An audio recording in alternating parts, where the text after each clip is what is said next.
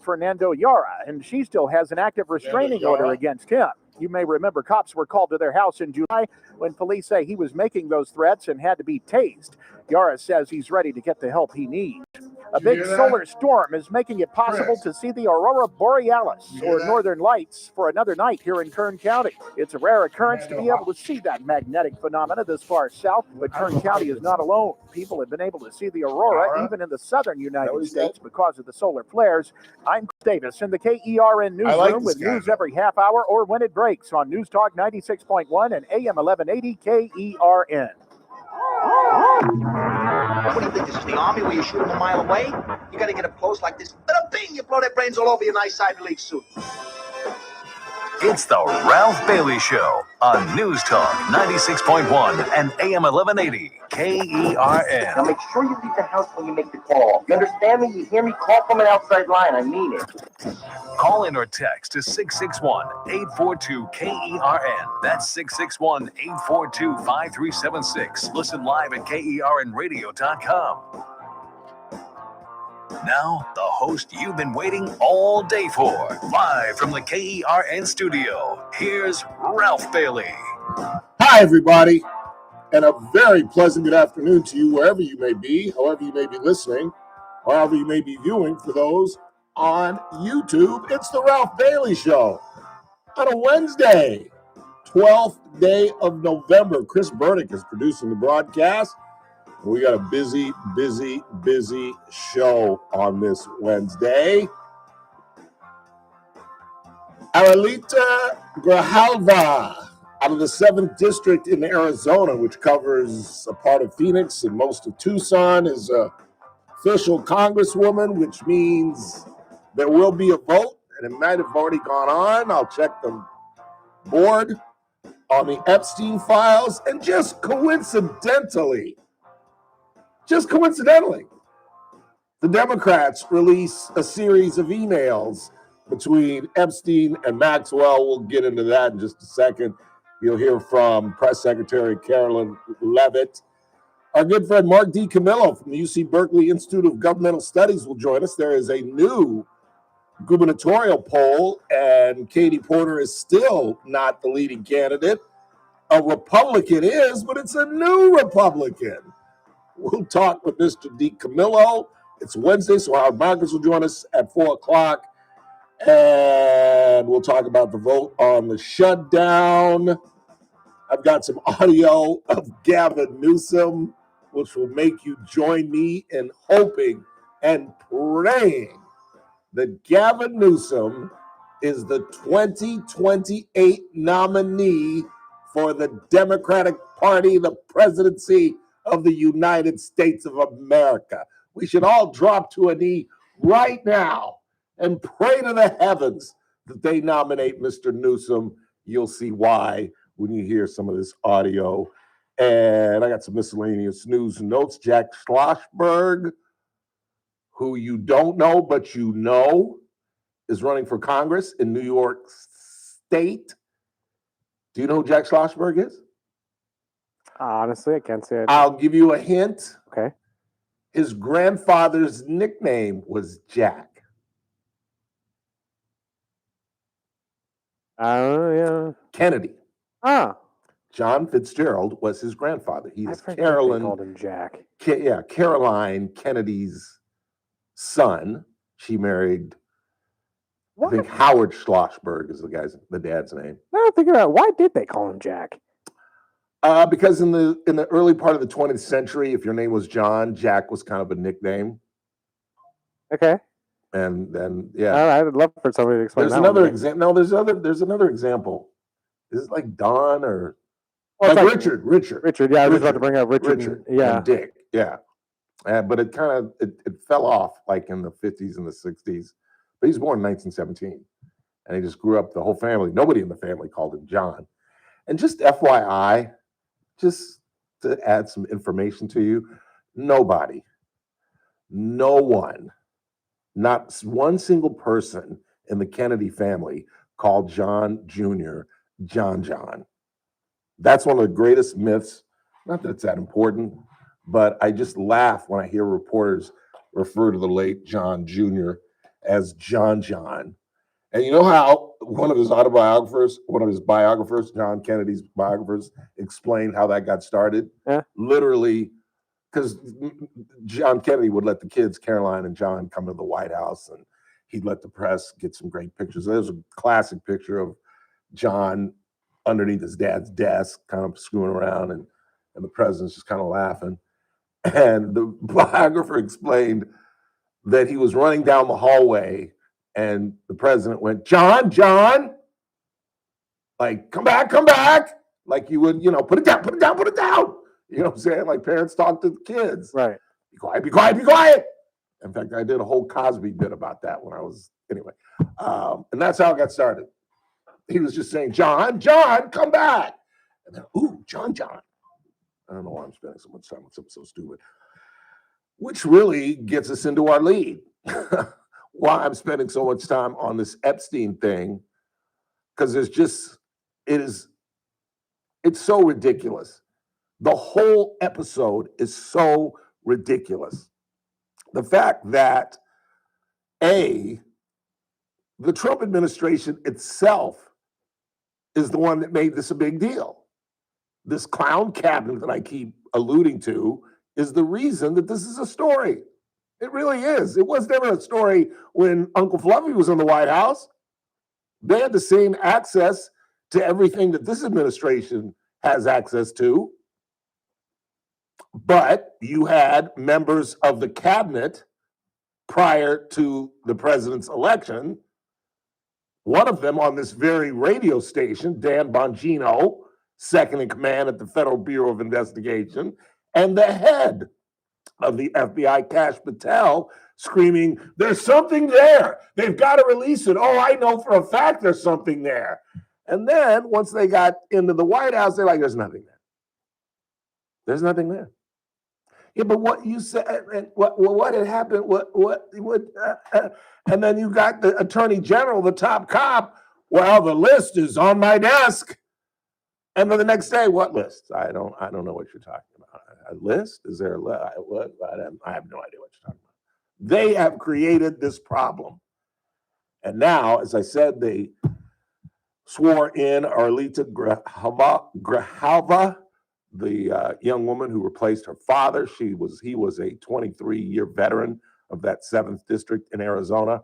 And so she was a shoo-in. And you should have just seen this whole thing is just, it just makes you lose faith in government and press and decency in the world. They gave her a standing ovation when she got sworn in today, did the Democrats. Why?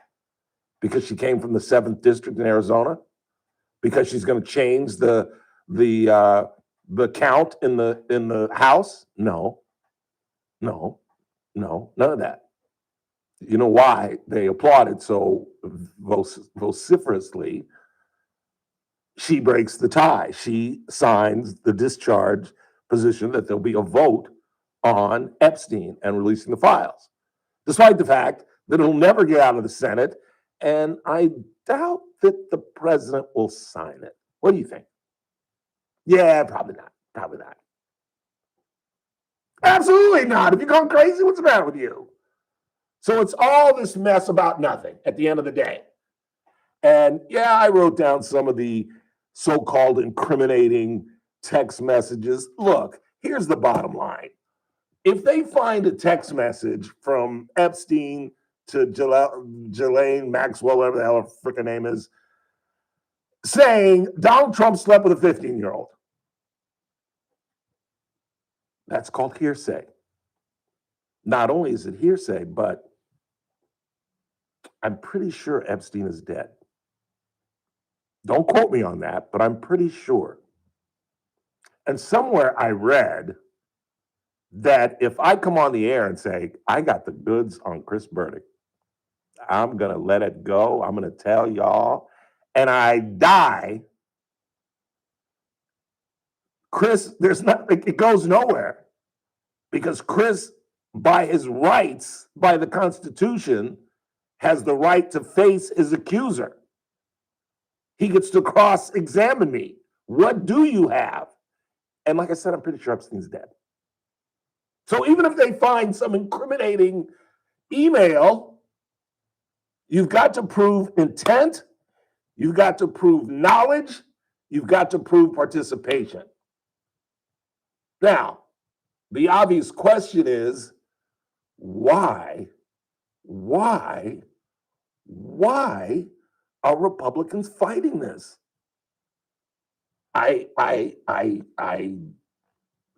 It beats me. But here's Carolyn Levitt, the press secretary, who is brilliant, by the way, makes Corinne Jean-Pierre look like an 8-year-old on the substance of the emails. These emails prove absolutely nothing other than the fact that President Trump did nothing wrong. And what President Trump has always said is that he was from Palm Beach, and so was Jeffrey Epstein.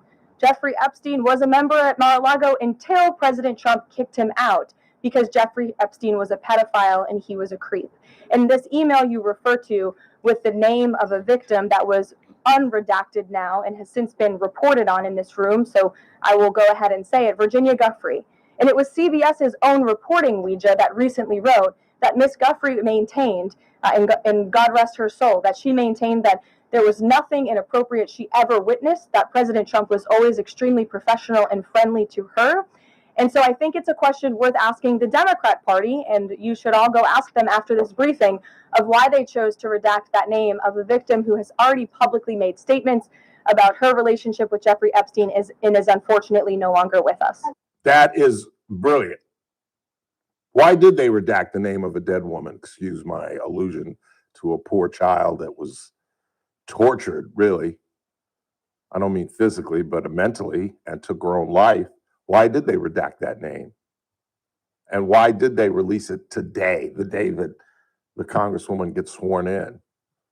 But it doesn't answer the question, then why is this administration acting so hinky?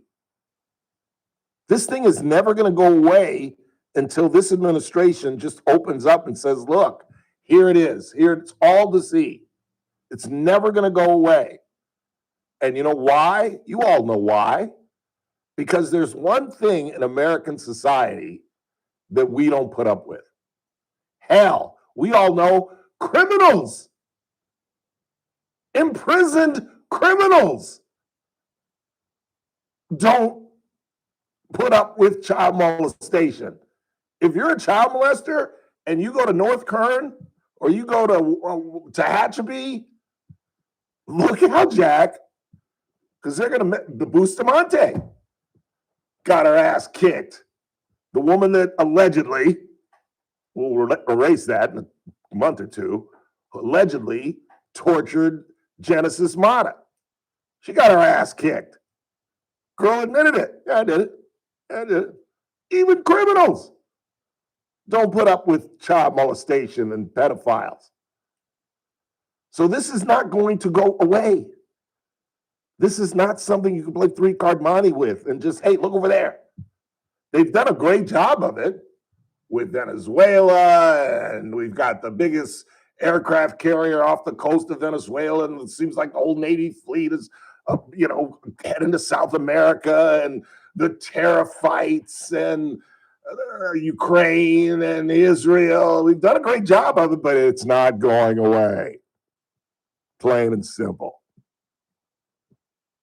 And then what happens if it does get to his desk? What happens if I'm wrong and somehow it gets through the Senate? If he doesn't sign that thing, I would never, ever try to estimate, guesstimate, speculate the demise of MAGA. But not even criminals put up pedophiles. And I don't think the man is a pedophile. I really don't. I think he's a hoe. I think he's slept with more women than most single guys. But I don't think he's a pedophile. Just for the same reason we got into the whole, somebody locally, it's who you are. You're not like an occasional pedophile. You know what I'm saying? That's just I don't know what I'm talking about. That's just my interpretation of it. That's been my experience of it. That's why it's the highest rate of recidivism in terms of criminal activity. It's who you are. You can't help it. Cosby could have had any woman he wanted, but he had to have them knocked out because that was his thing. That's who he was. Some people like, necrophilia. Some people like them knocked out. Some people like them young. And it's the only way you can express yourself. Like the way I put that? Express yourself. Quick time out. We come back. You'll hear more from the press secretary. Then at the bottom of the hour, some shocking numbers in Mark DiCamillo's recent gubernatorial poll. Katie Porter still is not your leader. A Republican is, but it's a new Republican from the last poll that we talked about. We'll get into that. And Mr. Marcus at 4 o'clock. And then a ton of miscellaneous news and notes. Fernando Jara gets a medal diversion. Shutdown vote will happen tonight. And we'll play some audio from Gavin Newsom that'll make you vote for him for president, at least for the nomination, so that a Republican can win. And Antonio Brown pleads not guilty to attempted murder. Got some stuff about that as well. And I've got a unique wedding that I want to tell you about at some point. I can't wait. It was a Dodger-themed wedding. They had the wedding during the Game 7 game, and at the reception they watched the ball game, and they lose. She went down the aisle in an Ohtani jersey. He had on, I think, a Mookie jersey, and I didn't think that was fine. Have you ever seen Diner, the movie Diner? I don't think I have. I'll explain why I made that allusion when we come back, because I got to talk about that a little bit. It's the Ralph Bailey Show on a Wednesday. Stay tuned. We got a great show this afternoon right here on News Talk 96.1 at AM 1180 KERN. We're streaming live at kernradio.com. News Talk 96.1 and AM 1180 KERN. On the next Armstrong and Getty Show, companies using AI and really benefiting from it. We've got some examples. Plus, yet another lefty organization has been torn apart by, well, the left, the social justice warriors within. Yeah, the transportation secretary is threatening the worst days of all this flight cancellation thing are coming. So we'll check in on that whole story on the next Armstrong and Getty Show. Weekdays noon to 2 on News Talk 96.1 and AM 1180 KERN. Texting privacy policy and terms and conditions posted at radiodirect.com/privacy. Texting enrolls for recurring automated text marketing messages. Message and data rates may apply. Reply stop to opt out. Text help for help. Consult a doctor prior to use. Wow, you look amazing. What have you been doing? You've heard of Ozempic, Wegovy, and the other GLP-1 medications that are all over the news, right? Well, I found this great company called Zelfie. And if you qualify, you can get medications like Ozempic and Wegovy and other GLP-1s at 80 to 90% savings without insurance. All 100% online. Wait, I can get GLP-1 medications for 80 to 90% less and do it all online? No long wait at the doctor's office or pharmacy? Yes, Zelfie can provide semaglutide and tirzepatide, the active ingredients in Ozempic and other expensive GLP-1s, for 80 to 90% less and shipped direct to your door. Amazing. How do I get started? Just send them a text. Text SLIM to 797979 to get started today with Zelfie. Get the same active ingredients in Wegovy or Ozempic for 80 to 90% less, 100% online. Don't wait. Text SLIM to 797979 right now for your exclusive offer. Text SLIM to 797979. That's SLIM to 797979. These statements and products have not been evaluated or approved by the FDA for weight loss. If you're one of the millions of Americans behind on your taxes, if you're afraid to open your mail because IRS collection letters could be coming, listen carefully. The IRS is cracking down, taking paychecks, freezing bank accounts, revoking passports. That's a fact. But here's what most people don't know. There are official tax relief programs designed to help struggling taxpayers. Programs that could save you thousands if you qualify. No one knows these programs better than the experts at Optima Tax Relief. Optima's award-winning team will fight to protect your paycheck, your passport, and your property. Their tax attorneys and licensed tax professionals will work tirelessly to get you the best deal possible with the IRS. Every day, penalties and interest keep piling up, so don't wait. Call Optima now for a free consultation. Call 800-343-6460. 800-343-6460. 800-343-6460. Optima Tax Relief.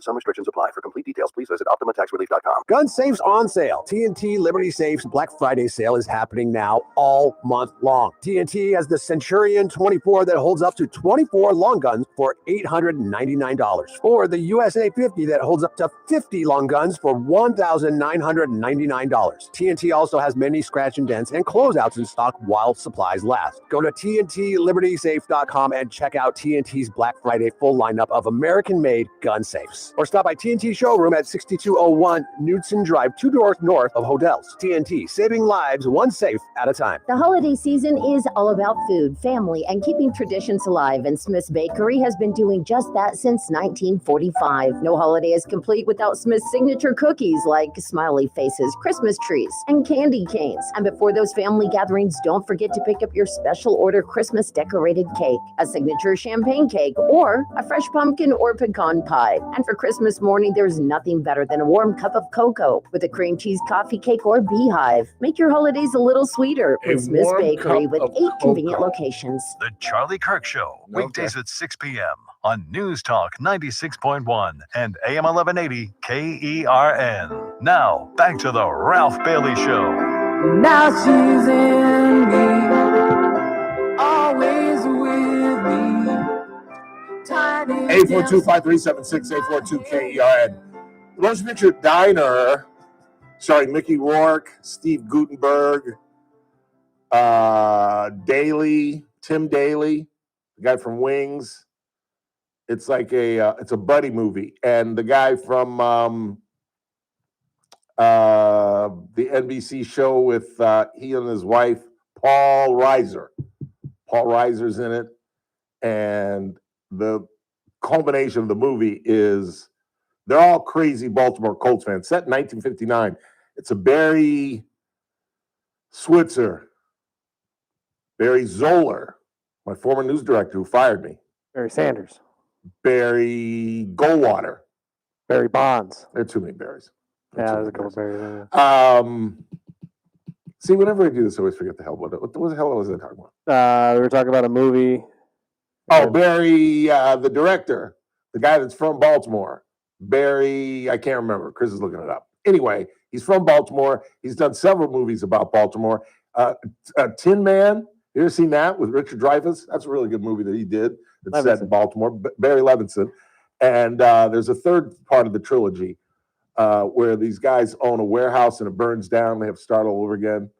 Anyway, the theme of the movie is one of the characters are getting married, and they're such crazy Colt fans because 59 is like the height of Johnny Unitas and the Baltimore Colts. They won some championships. They go on and win, I think, in 1970, beating the Dallas Cowboys. But anyway, and his whole wedding is a Baltimore Colt theme, and the bride had to pass a Baltimore Colt test, or the wedding be called off. See, this is too far. Well, that's what I thought. I thought this is crazy, Barry. Come on now. Your fan can't get in the way. That's what I'm talking about. And then I watched on YouTube last night at 10:30 at night as I'm going to bed, these couple coming down the aisle in Dodger uniforms. Everybody's in Dodger attire. The whole thing is in blue and white. And the whole reception is they're just watching the ball game. And then when we won, they were more happy about the Dodgers winning than this couple getting married. No, that's fair. But again, I'm saying more like the theme could be whatever you want it to be.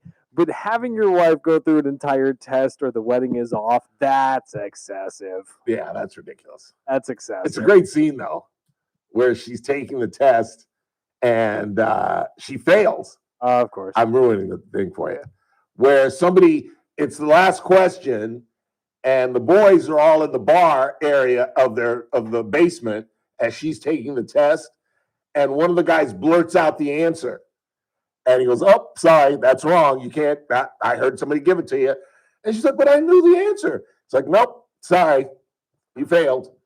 And of course, they get married at the end. Of course they do. Come on, it's a Ralph Bailey film. He should have known. Boy falls in love. Boy asks girl to marry him. Girl fails wedding exam. And then they get married right before the clips go up. In fact, the wedding scene is the final scene in the film.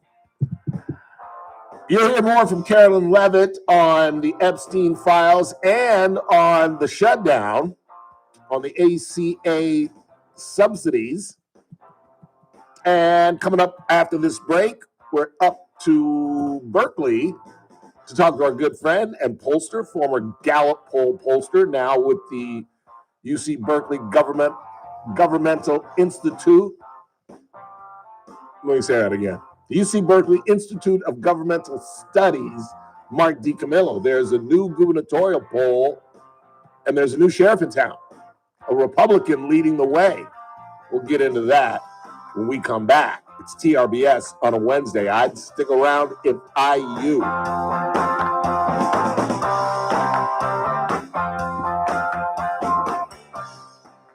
News Talk 96.1 and AM 1180 KERN. Yeah, you should see that news. I'm Keith Peters in Washington. President Trump says Democrats who released Jeffrey Epstein emails mentioning him are trying to bring up his ties to the late sex offender again because they'll do anything at all to deflect on how badly they've done on the government shutdown and other issues. The emails were made public Wednesday by Democrats on the House Oversight Committee. The White House accuses Democrats of selectively leaking the emails to smear Trump. A federal appeals court has heard arguments about a spending law that stopped Medicaid reimbursements for Planned Parenthood, the nation's largest abortion provider. The law passed in July and targets organizations that provide abortions and receive over $800,000 annually in Medicaid reimbursements. On Wall Street, the Dow by 326 points. This is SRN News. News Talk 96.1 and AM 1180 KERN. From the KERN Newsroom, your live and local news update on News Talk 96.1 and AM 1180 KERN. I'm Chris Davis. The husband of Kern County Supervisor Letitia Perez may get the charges against him thrown out if he does what the court says and gets some mental health help. Fernando Yara was granted a mental health diversion Wednesday and says he will comply. He's accused of making violent threats against the supervisor in July. It was the theft of diesel at a truck stop on Lagoon Drive that clued the sheriff's department into 4 men from Houston and 1 from Vegas who are all now accused of credit card fraud. Authorities say a search of their hotel room turned up computers, skimmers, and the devices necessary to steal people's credit card info. Aurora Borealis, the Northern Lights. They are likely to be available again for your perusal tonight in this part of California. I'm Chris Davis in the KERN Newsroom with news every half hour or when it breaks on News Talk 96.1 and AM 1180 KERN. We're definitely going to be late to the concert. I feel like we should be there by now. I'm just taking a little detour. I gotta fill up my gas tank, and I know this place a couple towns over where the gas is cheaper. Are you serious? We're gonna be late for the concert because you're driving out of the way for cheaper gas? Just use Upside. What's Upside? Upside is the free cashback app that gets you real cash back for every gallon of gas you buy. Wait, I can get cash back just for buying the gas I need anyway? Yes, I use it all the time, and I've made around $200. Now pull over so you can download the Upside app before we miss the concert. Download the free Upside app now to earn cash back every time you buy gas. Use promo code SMALL to get an extra 25 cents per gallon on your first tank. You can cash out anytime, right to your bank, PayPal, or as a gift card for Amazon and other brands. Just download the free Upside app and use promo code SMALL for a 25 cents per gallon bonus on your first tank. That's code SMALL for a 25 cents per gallon bonus. That's code SMALL. Start your day right. First Look with Scott Cox, 6 to 9 a.m. On the Thursday edition of the First Look program, we got the end of the government shutdown and also the opening of a casino in our backyard. That's cosmic timing right there. We'll get you the latest on all of that and news and traffic and weather. It's all happening 6 to 9 a.m. right here at News Talk 96.1 and streaming live on a World Wide Web at kernradio.com. First Look with Scott Cox, 6 to 9 a.m. News Talk 96.1 and AM 1180 KERN. The Armstrong and Getty Show, weekdays noon to 2 on News Talk 96.1 and AM 1180 KERN. Now, back to the Ralph Bailey Show. It's lonely. 842-5376, our phone number 842-KERN. Coming up at the top of the hour, our former federal agent Howard Marcus will join us. And like I said, I got a ton of miscellaneous news to note. Fernando Jara gets a mental diversion much needed. We'll see where that plays out. And again, you'll hear more from Carolyn Levitt on the shutdown. But in the meantime, our friend of the program, Mark DiCamillo, the executive director of the UC Berkeley Institute of Governmental Studies, has come out with a new gubernatorial poll, and he joins us to discuss it. Mark, thanks again for joining us. Appreciate it.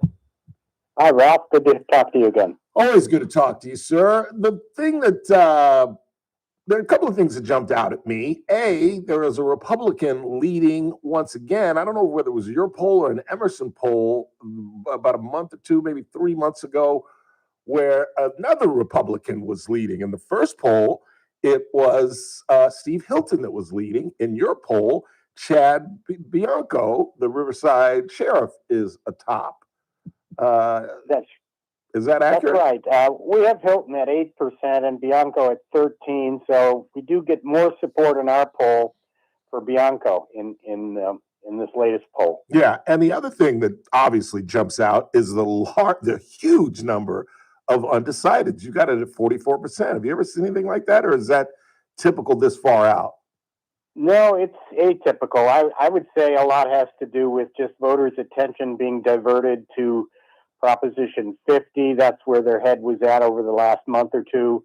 I think that'll start to decline now as voters start to tune in more to the governor's race. What's interesting about that 44% undecided is that a lot of them are Democrats and no party preference voters. I mean, it's only 27% undecided among Republicans. They seem to have a better take on the Republicans in the race. Either Bianco or Hilton are their favorites. So it's really the Democrats, by and large, are undecided and haven't really gotten behind any of the major candidates. I mean, Porter in our poll went down significantly from what we had in August. She was leading the pack actually in August, 17%. Now she's down to 11%. Yeah, I think, and I know you don't want to get into speculating, but she's yelled her way out of this race, if you ask me. I don't understand that. Of the Republicans, who is the choice? Is it Bianco or Hilton? We have Bianco doing better. That's why he's ahead in the poll. We have 37% of the Republicans saying that they would be supporting him if the election were now. 23% of the Republicans saying they'd be supporting Hilton. So, it's still early. There could be some jockeying back and forth. I think if the Republicans had their preference, they would love to see these two Republicans be 1 and 2 in the top two primary and have a choice between two Republicans. I don't know what the chances are of that happening, but that would be the Republican dream. I would guess slim and none, but who knows? Who knows? And again, I know you don't like to get it speculating, but I got to ask, were you shocked, as I was, that Senator Padilla did not jump into this thing? I think it was a surprise. We actually included him as one of the alternatives in the poll. And when we included him, he was probably just about tied with Bianco. So he wasn't way out ahead, which some observers might have assumed. We had him at 12% support against Bianco's 13%. So he would have been the leading Democrat. But yeah, he decided against it. And it's now more undecided and more fractured support among the Democrats. Yeah. The other thing that stood out to me is former Republican, former mayoral candidate of my hometown, Los Angeles, Rick Caruso, is polling at 3%, and that's not very good, but he hasn't even announced. Right, we included him, and we also included Tom Steyer. He hasn't announced, but we wanted to see and test their potential support, but neither of them did very well. I think for Caruso, what's troubling for him is he's now registered as a Democrat, and yet Democrats don't view him very favorably, and Republicans don't particularly like the fact that he's a registered Democrat. So, I mean, when we ask the image rating of Caruso, it's much more negative than positive because there is no party backing behind his candidacy. Yeah. There are a number of candidates. You've got Xavier Becerra at 8%, Hilton at 8%, Antonio Villaraigosa at 5%, Betty Yee at 3%. Is it just that Californians don't really know these people that well? Any guess as to why these numbers are so low? We ask their opinions of each of the candidates as a separate question. And you're right. I would say of the electorate overall, about half or more are pretty much saying, I have no opinion yet of these candidates. I mean, the one candidate who gets the highest name recognition is Porter because she ran before, Right. and so voters are somewhat familiar with her. But what's important about Porter's numbers now is that they're more negative than positive among the overall electorate, which wasn't the case at all when she was running for the Senate. So her image has really suffered over the past year or two. Yeah, and that's absolutely been self-inflicted. We're talking with Mark DiCamillo. He's the executive director of the UC Berkeley Institute of Governmental Studies. When do you put another poll in the field? Well, we'll probably do 3 prior to the primary and 3 more prior to the general, and we'll space them out. Certainly, we're done for the 2025 year, but in early 2026, we'll probably round up again for another poll and see what's changed. Yeah. It's fascinating that Republicans are doing so well in these polls. Like I said, Hilton was on top of one, now Bianco. Any explanation for that this early? Well, again, I think in it's this one-party state, Republicans can actually voice a preference. It's really the number of Republicans that are prominent in the field right now are much fewer than the number of Democratic candidates, and they're actually, taking knives at each other. Most of the advertising that's been on social media mainly is one Democrat taking issue with the other Democrat, so they're fighting amongst themselves. And that's not benefiting any of the Democrats. I think the Republicans have, a better, easier time making a choice. Yeah. And we'll see if that narrows as we get closer among the Democrats. But right now, there's really no consensus Democrat in the running. Yeah. I'll leave you with this. I don't want to take too much of your time. Did you ever have, as Kamala Harris was wishy-washy during the whole summer, do you ever have her in a poll and she'd ever look at her numbers? I think we did. She has mixed opinions in California. I think the pairing was looking at her as a potential candidate for president and looking at Newsom as a potential candidate for president. And actually, here in California, Newsom got a little more support than did Kamala when we asked those questions. But that's really all we've done so far. Again, it's going to be an open question, and there's many years, a couple of years, and that's an eternity in politics before the presidential election, and that's where we'll be headed once we start polling again on Kamala and Gavin. Yeah. Should Republicans glean anything out of this? Should they be excited that there's two Republicans in the top 3? Or is it just way too early? Yeah, I think it's early, but it does say something about the parties and the fact that Democrats really right now it seems like there's no real strong leader among the potential candidates. It might actually tempt others to maybe jump in the race. I don't know who that might be, but we'll follow whoever it might be. But at this moment, it's a huge election. It's the governor of California, and yet there aren't any Democrats who are the consensus choice at the moment. That's crazy. That's irregular in a one-party state. That's crazy. Mark, always great to talk to you. Really appreciate you taking the time. Okay, Ralph. Good talking to you. All right. Thank you, sir. Take care. Mark DiCamillo, Executive Director of the UC Berkeley Institute of Governmental Studies. Really good guy. Used to be head of the Gallup poll. I think we got a chance. And I don't see anybody now that I was 100% wrong about Senator Alex Padilla, because I thought for certain he would jump in. He's got a lot of money, United States Senator. You know how that goes. You get inside the Beltway and all of a sudden you're a millionaire. He's got name recognition. Like I said, it's Chad Bianca getting 13%. Katie Porter, who was screaming her way out of this race, at 11. Xavier Becerra at 8. Steve Hilton, the other Republican, at 8. Antonio Villaraigosa, former LA mayor, at 5. Betty Yee at 3. Rick Caruso at 3. And then the rest are at 1, so it's not even worth talking about. But 44% of Californians say they have no idea who they want to be the next governor. That's incredible. I think somebody else is going to get in. Nancy Pelosi, maybe? Nah. You want to know the sad thing is she could screw around and win. She really could. She's carry San Francisco. Carry LA. Just speculating. Somebody's going to get in because Porter doesn't have a chance. Doesn't have a chance. And Xavier Becerra? Really? Quick time out. More of the Ralph Bailey Show. Howard Marcus at the top of the hour. We're broadcasting live on News Talk 96.1 and AM 1180 KERN, and we're streaming live at kernradio.com.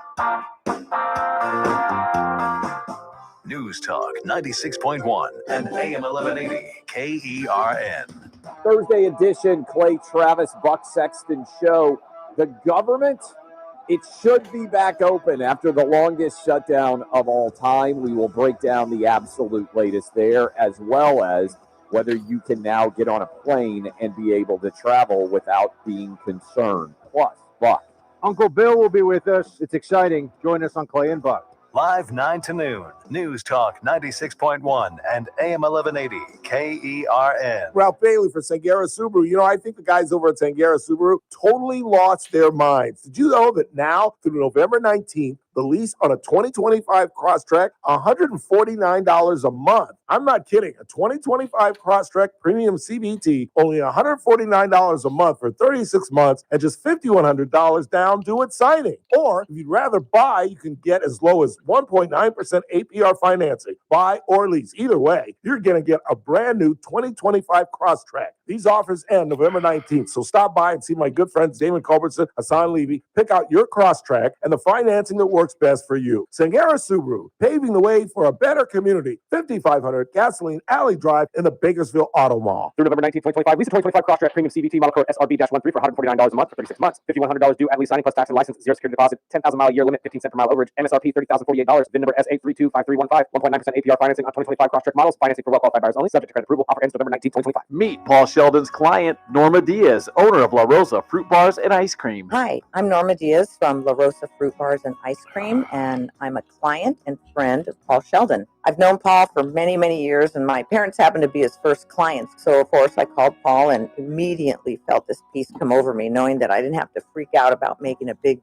decision. His knowledge about Medicare and your health insurance needs are beyond compare, and I was taken care of immediately by his wonderful staff. He knew everything that I needed and what I wouldn't need, so I was pretty much in and out of there in record time. If you're getting to that age or you're going to be needing to know about Medicare, then he's the one to call. He will totally help you out and get you pointed in the right direction. You're going to leave there feeling a great accomplishment and no concerns, and even if you have questions later, his staff can help you out. Those feelings are just priceless to me. So call Paul. You'll be glad you did. When Medicare matters, our team has the answers.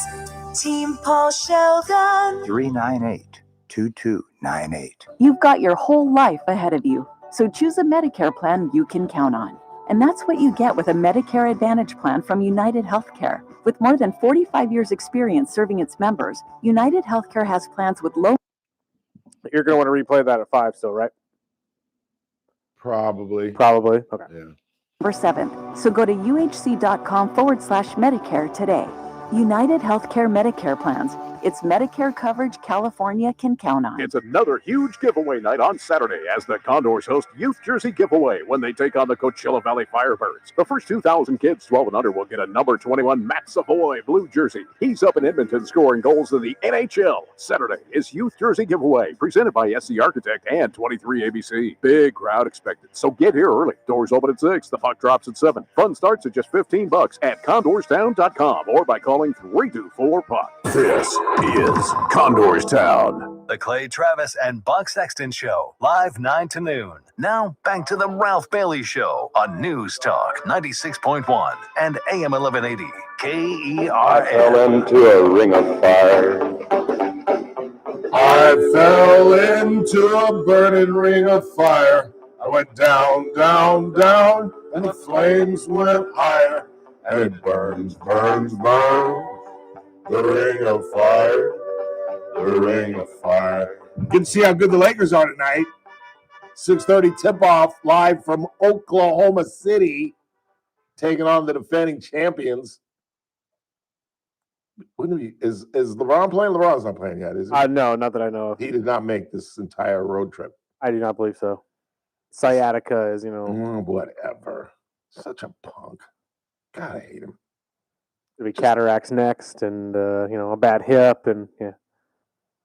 Just retire already. I think that's on the ledger. I'm pretty sure he retires after I heard this some year. sports guys saying that he's not even in the top 10 Lakers and not in the. No, they said he's in the top 10, and that's what I couldn't understand. They said he's in the top 10 all-time players, but he's not in the top 10 Lakers. And I'm like, that doesn't make any sense. That is illogical. Well, okay, but what's the criteria? Are we saying like top 10 player to, Well, because I think their point was that he's not really a Laker, that he's this journeyman who goes searching for championships. That was the point the guy was trying to make. That's the classic Lakers, other than Shaq, pretty much spent their whole careers with the Lakers. Yeah. Wilt didn't. Wilt came at the end of his career. Green matter of didn't fact. either, but I mean, no, Kareem. His first couple of years in Milwaukee. Though. Yeah, but like 4 years, and then he had like 11, and he had one championship in Milwaukee, and he had 5 with the Lakers. True, there's nobody like Reggie Jackson played for the A's, won championships, won 3 straight championships with the A's. True. He finished with the Angels. But when you think of Reggie Jackson, what team do you think of? You think the A's. You think of them? No, you think of the Yankees. You think of him as an Oakland A? A little bit, yeah. Well, you're weird. You're weird. That's fair. Most you people also think of him as pinstripes. You're right. I think of him as pinstripes because he's Reginald Martinez Jackson. And honestly, didn't the A's have? Hang on, I'm not done. I'm sorry. And I was there the night that Bob Welch struck him out. 3-2 count. Reggie fouled off 3 pitches straight back, meaning he just missed it. And finally, the late Bob Welch threw a fastball right past him. The Dodgers took a 2-0 lead. John Temporal and I went dancing as 11th graders out of Dodger Stadium saying, "We're finally going to beat the Yankees. We're up 2-0. And we never won another game that season. That was the season that Reginald Martinez Jackson hit 3 pitches one night. Literally. He swung at 3 balls. He hit 3 pitches. They were all home runs. And you know, that's how the season ended, right? Opening day, first pitch, he hits out of the ball. So he hit 4 consecutive, over 2 seasons, 4 consecutive pitches he had out of the ballpark. And what's crazy is the Dodgers would go on in 81 and win the World's Championship. And we won that down 0-2. We were down 0-2 to the Yankees and came home, swept the 3 in LA, and won Game 6 in New York. So you're right. I have a bias. I can only see I don't think you're alone. Reginald Martinez Jackson in pinstripes. Fair. He actually played for Baltimore as well before he went to the Angels. Yeah, when he left the Yankees, he went to Baltimore. Yeah. Show did. What was I going to get into? Why did I get in? The greatest Lakers. Yes. So Wilt was at late in his career, but Kareem was an all-time Laker. Magic spent his whole career in LA. Kobe spent his whole career in LA. Who are some of the other great Lakers? Elton. Shaq. Shaq was kind of a journeyman at the end of his career. I hated to see that. When he was in Cleveland and Orlando and you could say Magic already, right? Yeah, Magic was a career guy. Jerry West was a career Yeah, guy. Jerry. Elgin Baylor was a career guy. Yep. You know, all the greatest Lakers didn't play anywhere else other than Wilt, Shaq, and I guess you got to throw in Kareem, but I don't think anybody. I'm shocked that you even knew that Kareem played for Milwaukee. Oh yeah, because you weren't even born. Hell, I was a little kid when he was. Oh in yeah, Milwaukee. but you also have He to. was Lou Alcindor. You have to remember that they highlighted it a lot when Milwaukee with Giannis was in the championship, and last time they were there was with Kareem and yada yada yada. But He and Oscar Robertson. It's the only championship the Big O won. The guy that made triple doubles famous. 842-5376, 842-KER. What do you got on the board? We may not know exactly what Trump knew about Epstein, but we all know for a fact that Maxwell is a trafficker. And that's the other bizarre part of this damn story. So Todd Blanche, the president's former attorney, now second in command of the Department of Justice, goes and sees this woman, right? Remember that? And then suddenly she's transferred from a pretty hard prison in Florida where Blanche met with her to a cushy Club Fed in Texas. Then we find out, and I'm reading from the New York Post, that a whistleblower told the media the perks that she's now getting in Texas. I'm reading from the Post now. The whistleblower alleges that Warden Tanisha Hall has bent over backward to make accommodations for Maxwell, carrying out secretarial duties on her behalf. This is a pedophile. She's worse than a pedophile. She's a woman that used to hoard women for the pedophiles. She used to groom them. She used to drug them. Have another cocktail, young lady. She is the scum of the scum. And the warden is doing secretarial duties for her, according to this whistleblower, providing snacks for her private meetings with guests, letting her visitors bring in computers, and even personally helping Jelaine prep her commutation application. And that's another thing that I'm telling you, two things. If Trump doesn't sign, if they pass this thing, and I think they're still on the floor discussing it, but if they pass this discharge petition, there's a vote, it passes because they signed in this, they swore in this Democrat, and it gets to the Senate, and somehow it does squeak out of the Senate, and then it's on Trump's desk. If he doesn't sign that thing, man, then this thing, it's no longer a rabbit hole. Then and now it becomes a damn cavern. But letting her visit and the commutation. The fact that he has not categorically said, there's no way in this is what his response should be. There's no way in hell. Because he's been asked, are you going to commute her sentence? Are you going to commute her sentence? And according to this whistleblower, she's making an application. And the warden at this Club Fed down in Texas way is helping her. But I'm telling you, if he doesn't sign this thing, if it gets through the Senate, which it probably won't. In fact, they're working on Lauren Boebert to be, there are 4 Republicans that are signing off. It's going to put it over the top on the House. They got Lauren Boebert. She's one of the 4. They're courting her today. She was all at the White House today, trying to convince her not to sign off on it. So it may not even get to the Senate. But if it gets to the Senate and he doesn't sign it and he commutes her sentence, he's through. I'm sorry. Yeah, I said it. If he commutes her sentence, he's through. You cannot, like I said, even criminals, imprisoned criminals, don't screw around with pedophilia. And if he lets that lady out of jail, and she's punishing the warden is prison employees who protest. The free personal assistant and butler services that Maxwell seemingly has at her beck and call aren't available to her fellow inmates, most of whom are serving time for white-collar charges that pale in comparison to the perverted crimes she was convicted of. This thing is so stupid and so self-inflicted.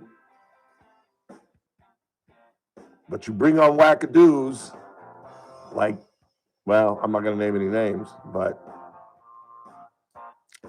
yeah, the list is on my desk. The famous last words of the top cop of the United States of America. What list? I don't know what's that one. We're headed up the hill on this Wednesday.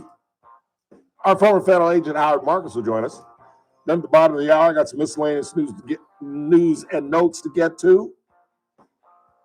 Talk a little bit more about the shutdown. You'll hear Carolyn Levitt, the press secretary, on that, and more on the Epstein files. And I got some great audio of Gavin Newsom. I'd stick around if I you.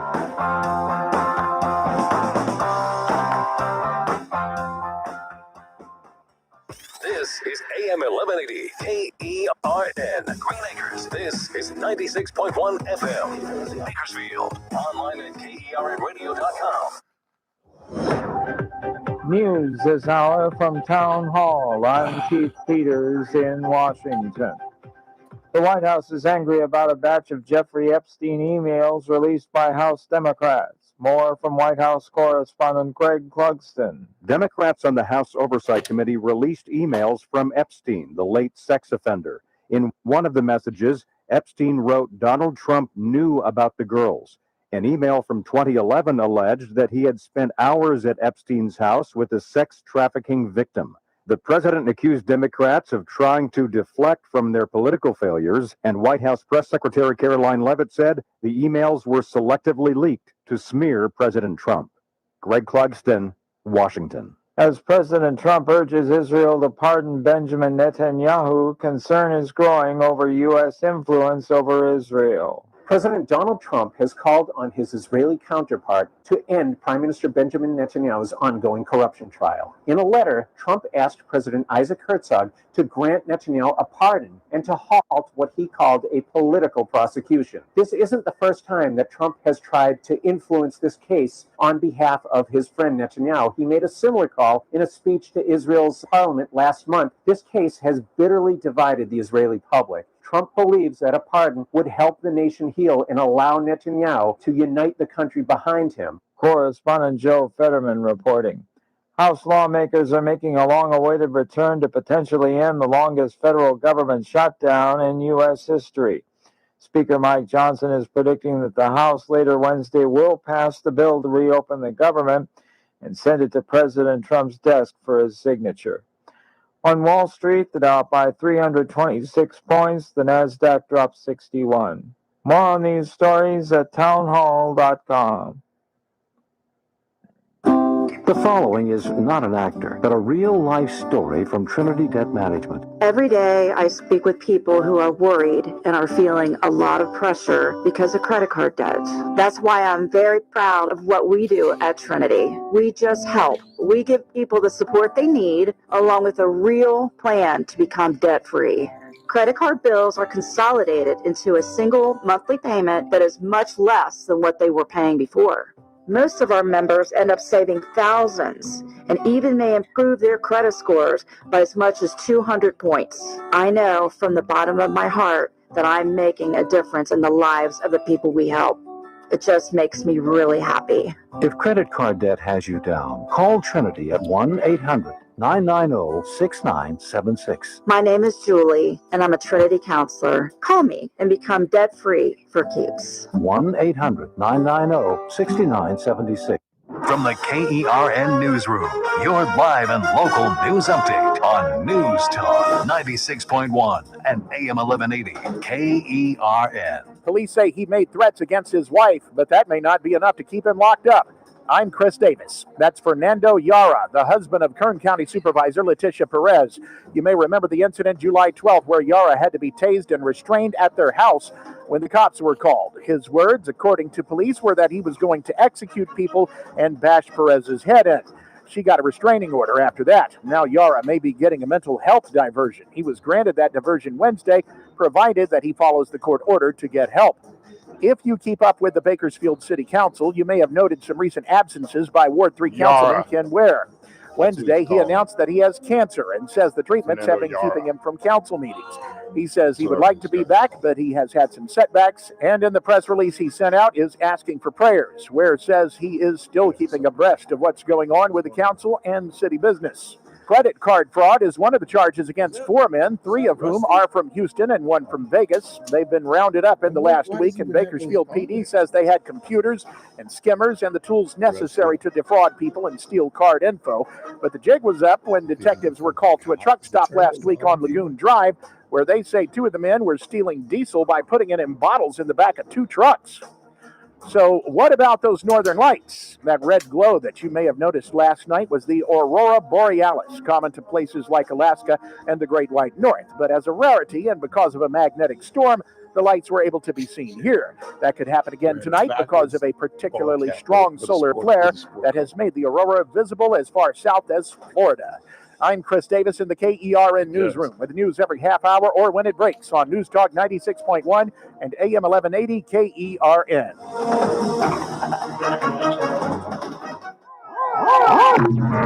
What do you think, this is the Army where you shoot them a mile away? You got to get up close like this. Bada bing, you blow their brains all over your nice Ivy League suit. It's the Ralph Bailey Show on News Talk 96.1 and AM 1180 KERN. Now make sure you leave the house when you make the call. You understand me? You hear me? Call from an outside line. I mean it. Call in or text to 661-842-KERN. That's 661-842-5376. Listen live at KERNradio.com. Now, the host you've been waiting all day for. Live from the KERN studio, here's Ralph Bailey. Hour 2 of the broadcast on this Wednesday, 12th day of November. It is the Ralph Bailey Show. We still got lots to do. Talk about Fernando Jara. How's he pronouncing it? Yara or something? I don't know. Got a mental diversion, much needed. Unlike Zach Scrivener, who's seeking the same. They're both nutsy cuckoo, but one has a serious mental issue confessed by his wife. He's bipolar and schizophrenic. It's we started to see that long ago, and throughout her career, I've said he is the albatross around her neck. And for Leticia Perez, and I hate to I hate talking about this because talking about somebody's marriage, but when you involve your husband or your wife in your politics that directly, you're fair game. And to be blunt, it was the best thing ever happened to her. Best thing ever happened to her political career. She's rid of him. She can't go back to him. Threaten to beat up her kids and beat her up and there's no turning back. That's the best thing that ever happened to her. It really is. Meantime, let's head up the hill. To the cattle tree and away your trouble in a dream. Oh, up the lazy river where the robin soars. Oh, it's a brand new home where we can This is a classic. Dean Martin and the Mills Brothers. Up the lazy river, happy we will be. Up the lazy. Howard, I eat up all your time singing the songs. You gotta pick somebody new. Oh, you call that singing? Okay, cool. Yeah, well, whatever. That's okay. I can't carry a tune in the butt there. It's all right. There are some listeners. Ask Chris. There are some listeners who say they like my singing. Well, look, you're not a horrible singer, and there's nothing else about the enthusiasm. I've heard lots worse. Go to any karaoke night, and absolutely psychotic people. Oh my God. Oh, that's. Or watch American Idol. They used to have people that were convinced they were the next American Idol that shouldn't have been even humiliated on TV. You know who was a what'd you call it? What's the name of the show? What, American Idol? American Idol. You know who was the American Idol candidate at one point in her life? Who? She's a member of Congress. Really? Yes. Please don't say AOC. The other side. Really? Marjorie Taylor Greene. Yes. Okay. Yes. There's video of it. Oh, interesting. She's kind of a little hottie as a youngster. She's not bad looking for age now. She really isn't. The honest. In that case. Yeah. Although she sounds more sane of late. I think her handlers have got her either on some serious medication or she's just trying to try something different with her career because she was so far out there. Yeah, she really was with the QAnon. Maybe her polling is showing that she needs to come back a little more into the sane world. I don't know. Yeah, and the Jews with the lasers and the lightning and all that nonsense. Yeah. And she tries to deny that now. It's like, well, we have you on video. You know, exactly. Nowadays, that you can't argue that kind of stuff. Once it's on the internet, it's there forever. Yeah. And screaming liar at Joe Biden during a that's just not polite. During a State of the Union. Yeah, I don't care what side you're on. That's not right.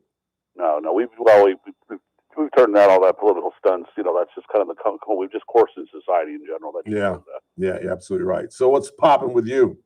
Anything you want to talk about? I just read a big article on an analysis of the mental diversion program. Yeah. How horribly it's abused. Look at Zach Scrivener's. Criminals in prison discussing how to use that system to get out of it. Because short of apparently there's only like 3 or 4 really major crimes that make you ineligible for the diversion. I mean, like premeditated murder, pedophilia, things like that. But almost every other crime, whether it be carjacking or burglary or almost anything you can think of that's a normal crime that should merit prison time, they're applying en masse for diversion, and it's almost always granted. Yeah. Because what they're saying is the way the system, the evaluation, half that evaluation is so subjective that they're getting away with it. Yeah. And it's a rotating door. Do you think Scrivener's going to get away with it? I would be stunned if he doesn't. Yeah, I will be so too. Far, the system has coddled him. Yeah. You and I did anything that he did, especially sexually penetrating your daughter, pedophilia. You and I would never have gotten the attention that he got. We would have been handcuffed and tossed to the pokey. We'd still be in jail. You damn right. And the reality of it is, it reflects horribly on Cynthia Zimmer. I'm sorry. Yeah, it does. Surprised that she's still an attorney general. That she's still an attorney at this point. And much as I think that Donnie Youngblood was put in a very difficult position because the way he had to take the call, I think for his own record, and I like him, he's a great guy. I think he was put in a horrible position at that point. And I don't fault him for that. I really don't. I really don't. I fault her. Special courtesy is her. Yeah.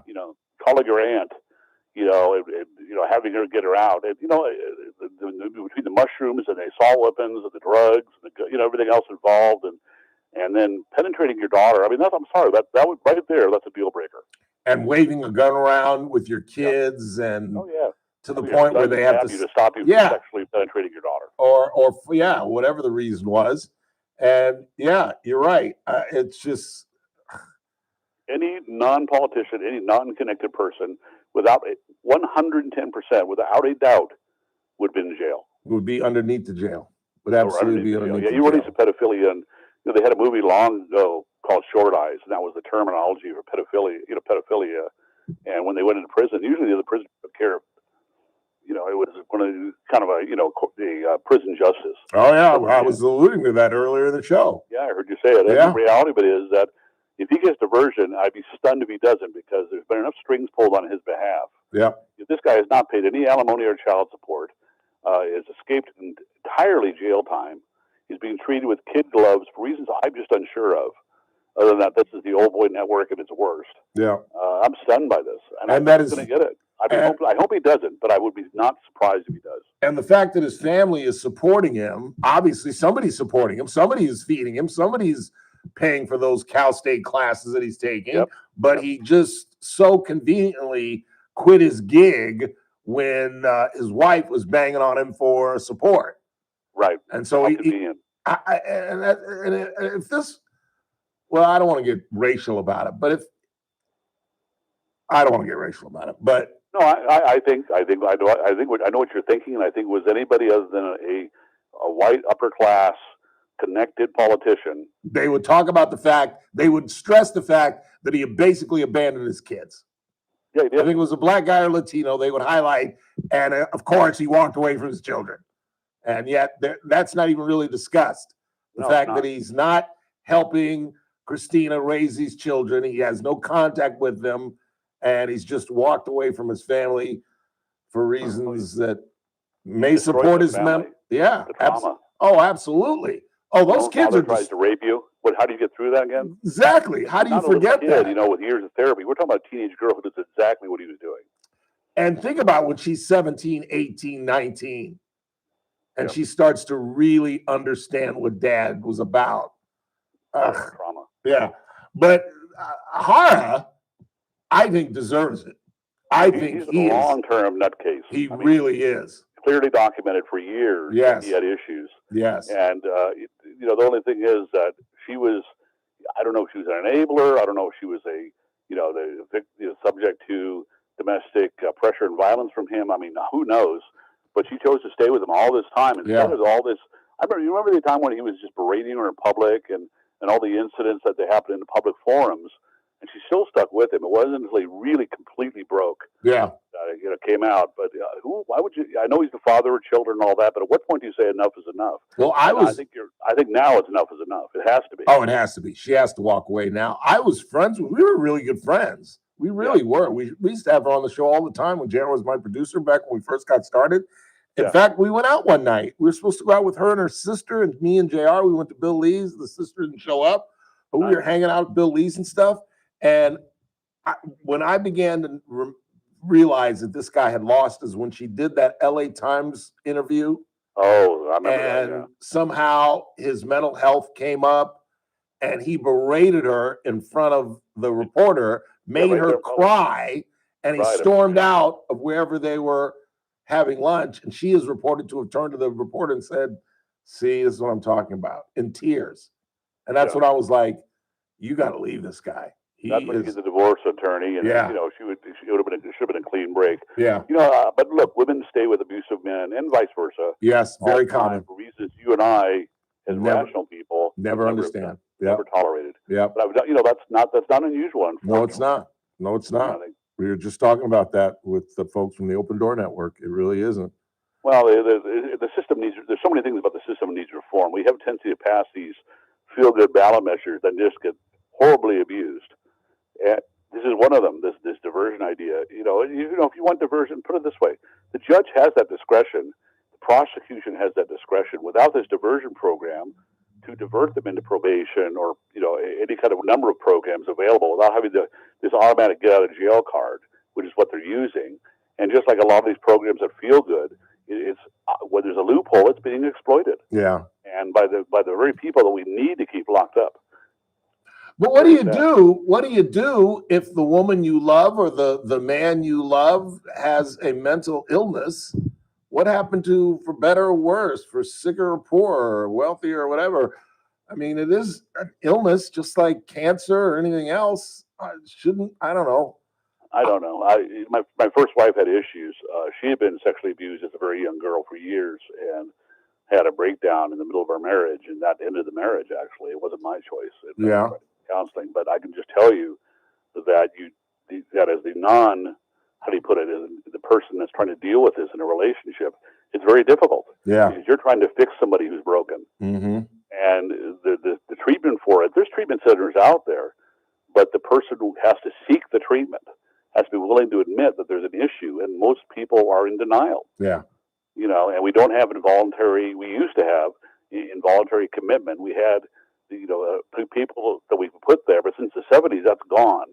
And now if they have a hold in 3B, it's only 72 hours. And that's only for completely violent people that are out of control, and the police have to be called in or something like that happens. As far as counseling, generally it requires people that are willing to go into it. Right. And that's part of the problem. I think there are 2 points when you have to walk away. When they stop taking their meds, 1, or when it gets violent, 2. When either one of those sister doesn't take her meds, she goes off her rocker. Yeah. I haven't talked to her in years. And I remember when my ex walked out of the counseling with all these other issues, the counselor actually turned to me, which I was stunned by, and she said, "You're better off without her." And this is supposed to be an objective counselor. Wow.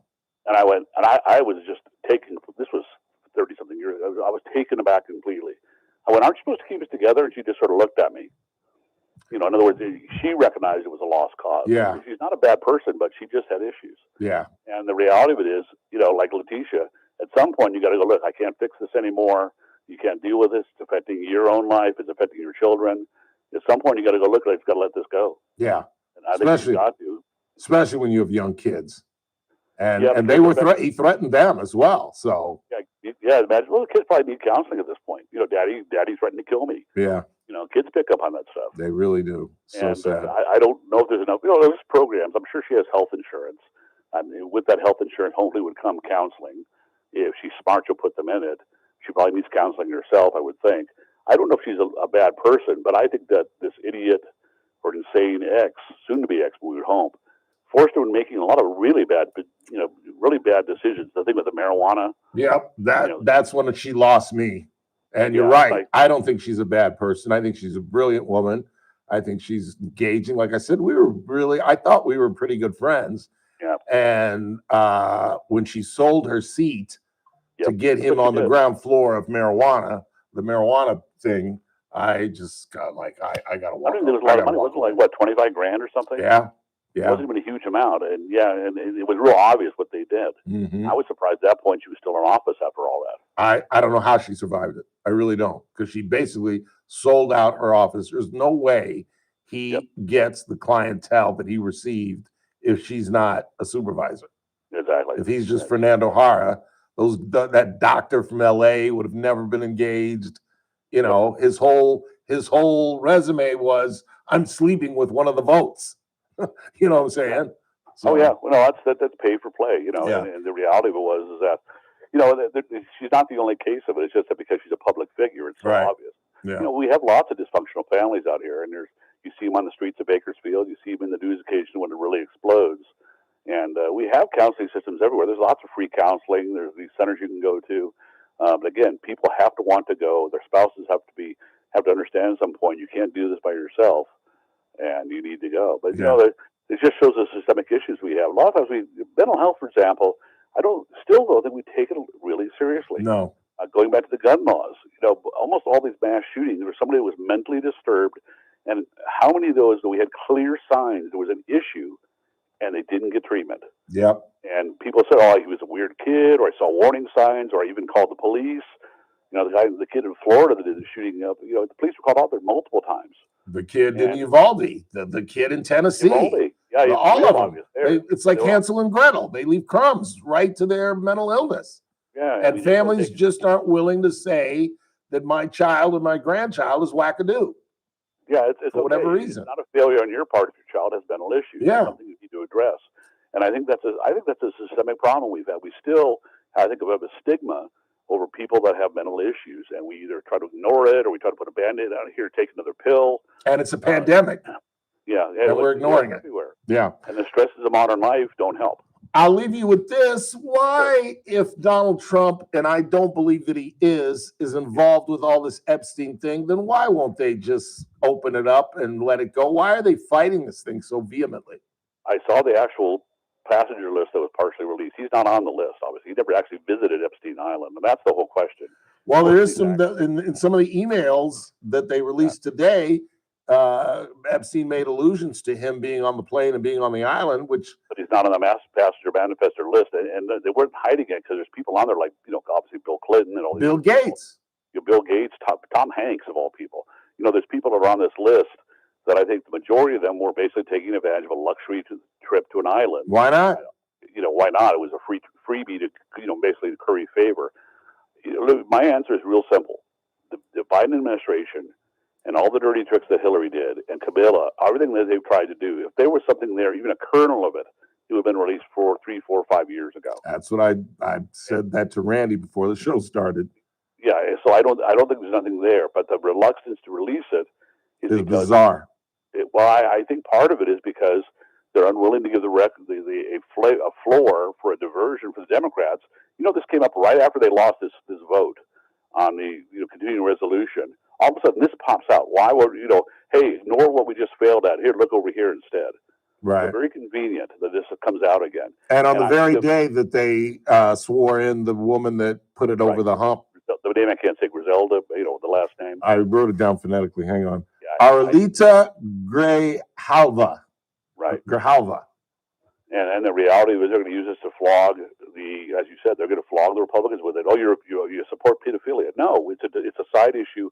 It's a dead issue. The guy's been dead for years. His estate is gone. He's been sued out of existence. His partner's in prison. And the reality was there's nothing linking, no concrete evidence. If there was, we would have heard about it years ago. It's not. It's they not. need to release the files just to shut people up. Then why won't he categorically say, "I will not ever, ever, ever commute her sentence"? I don't know. He's pardoned people that I was questioning. There's a guy that was the congressman that committed the credit card fraud. Young man, he pardoned him. It's like, what? The Chinese guy. Yeah, the Chinese guy. Yeah, he's pardoned people that I was kind of questioning myself. Yeah. I don't know the inner workings. He usually has a reasonable reason when he gives it. I just don't agree with some of them. I don't know the answer. I think his legacy would be damaged if he commutes her sentence. I really don't think he does. I'd be surprised if he does. There's no reason to. Yeah. You know, it's not like she's a good person, and it's not like she's done anything helpful. You know, any kind of plea bargain could have already been reached in her sentencing to begin with if she had basically rolled over. If she's been cooperating to a limited extent, there's no reason to pardon her. Why would you do it? Same reason they moved her from Florida to Texas, I guess. I don't know. I really don't. I don't know. Something in the play we're not seeing. Yeah. Stay dry this weekend up there, Howard. It's going to be a downpour. It really is. Does that put you guys in jeopardy at all? Oh, the canyon will be closed. I'm with guarantee. Yeah, that's what I was thinking. We're not going anywhere. We're going to hunker down. All right. Well, have a good weekend. Nevertheless, say hi to Mary. All right. Talk to you later. All right, man. We'll see you. Howard Marcus. Quick timeout. Not a lot of time before we get to the bottom of the hour. It's the Ralph Bailey Show on a Wednesday. The rain is coming. I can see the clouds moving in already, even though it's like 80 degrees outside. My neighbor saw me leave with a jacket, and he looked at me like I was a Martian. It's like, brother, it is 68 degrees in my studio, where we'll return to after these important words. News Talk 96.1 and AM 1180 KERN. Carpet Outlet Plus. Every day is sale day. No one can beat us, no one can touch us. You won't find better prices. Shop and compare, we don't care. Take a look our way and come into Carpet Outlet Plus. Every day is sale day. Carpet Outlet Plus is celebrating 30 years in business by offering you no interest financing for 12 months. Head over to carpetoutletplus.com to apply now. You can get new waterproof flooring and comfy carpet in the bedrooms, all from one trusted place. Over 70,000 customers can't be wrong. It's probably been time to change your floors for a while, so call, click, or stop by today. Carpet Outlet Plus, 3.5 blocks west of 99 on Rosedale Highway. Carpet Outlet Plus. Every day is sale day.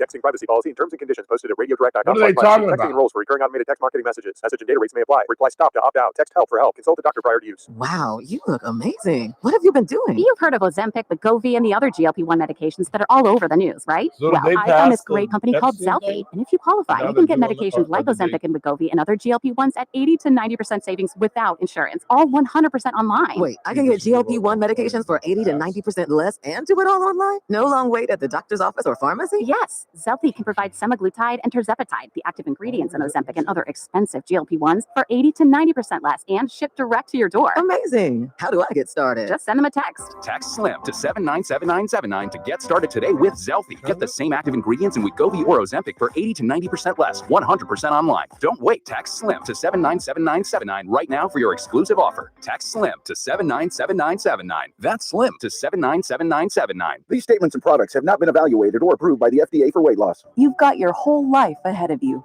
so choose a Medicare plan you can count on. And that's what you get with a Medicare Advantage plan from United Healthcare. With more than 45 years experience serving its members, United Healthcare has plans with low monthly premiums that fit your life today and as your needs change tomorrow. The Medicare annual enrollment period ends December 7th. So go to uhc.com/Medicare today. United Healthcare Medicare plans. It's Medicare coverage California can count on. Gun safes on sale. TNT Liberty Safes Black Friday sale is happening now all month long. TNT has the Centurion 24 that holds up to 24 long guns for $899. Or the USA 50 that holds up to 50 long guns for $1,999. TNT also has many scratch and dents and closeouts in stock while supplies last. Go to TNTLibertySafe.com and check out TNT's Black Friday full lineup of American-made gun safes. or stop by TNT Showroom at 6201 Knudsen Drive, 2 doors north of Hodels. TNT, saving lives one safe at a time. You're listening to The Ralph Bailey Show. Catch me weekday morning 6 to 9 a.m. on First Look with Scott Cox, News Talk 96.1 and AM 1180 KERN.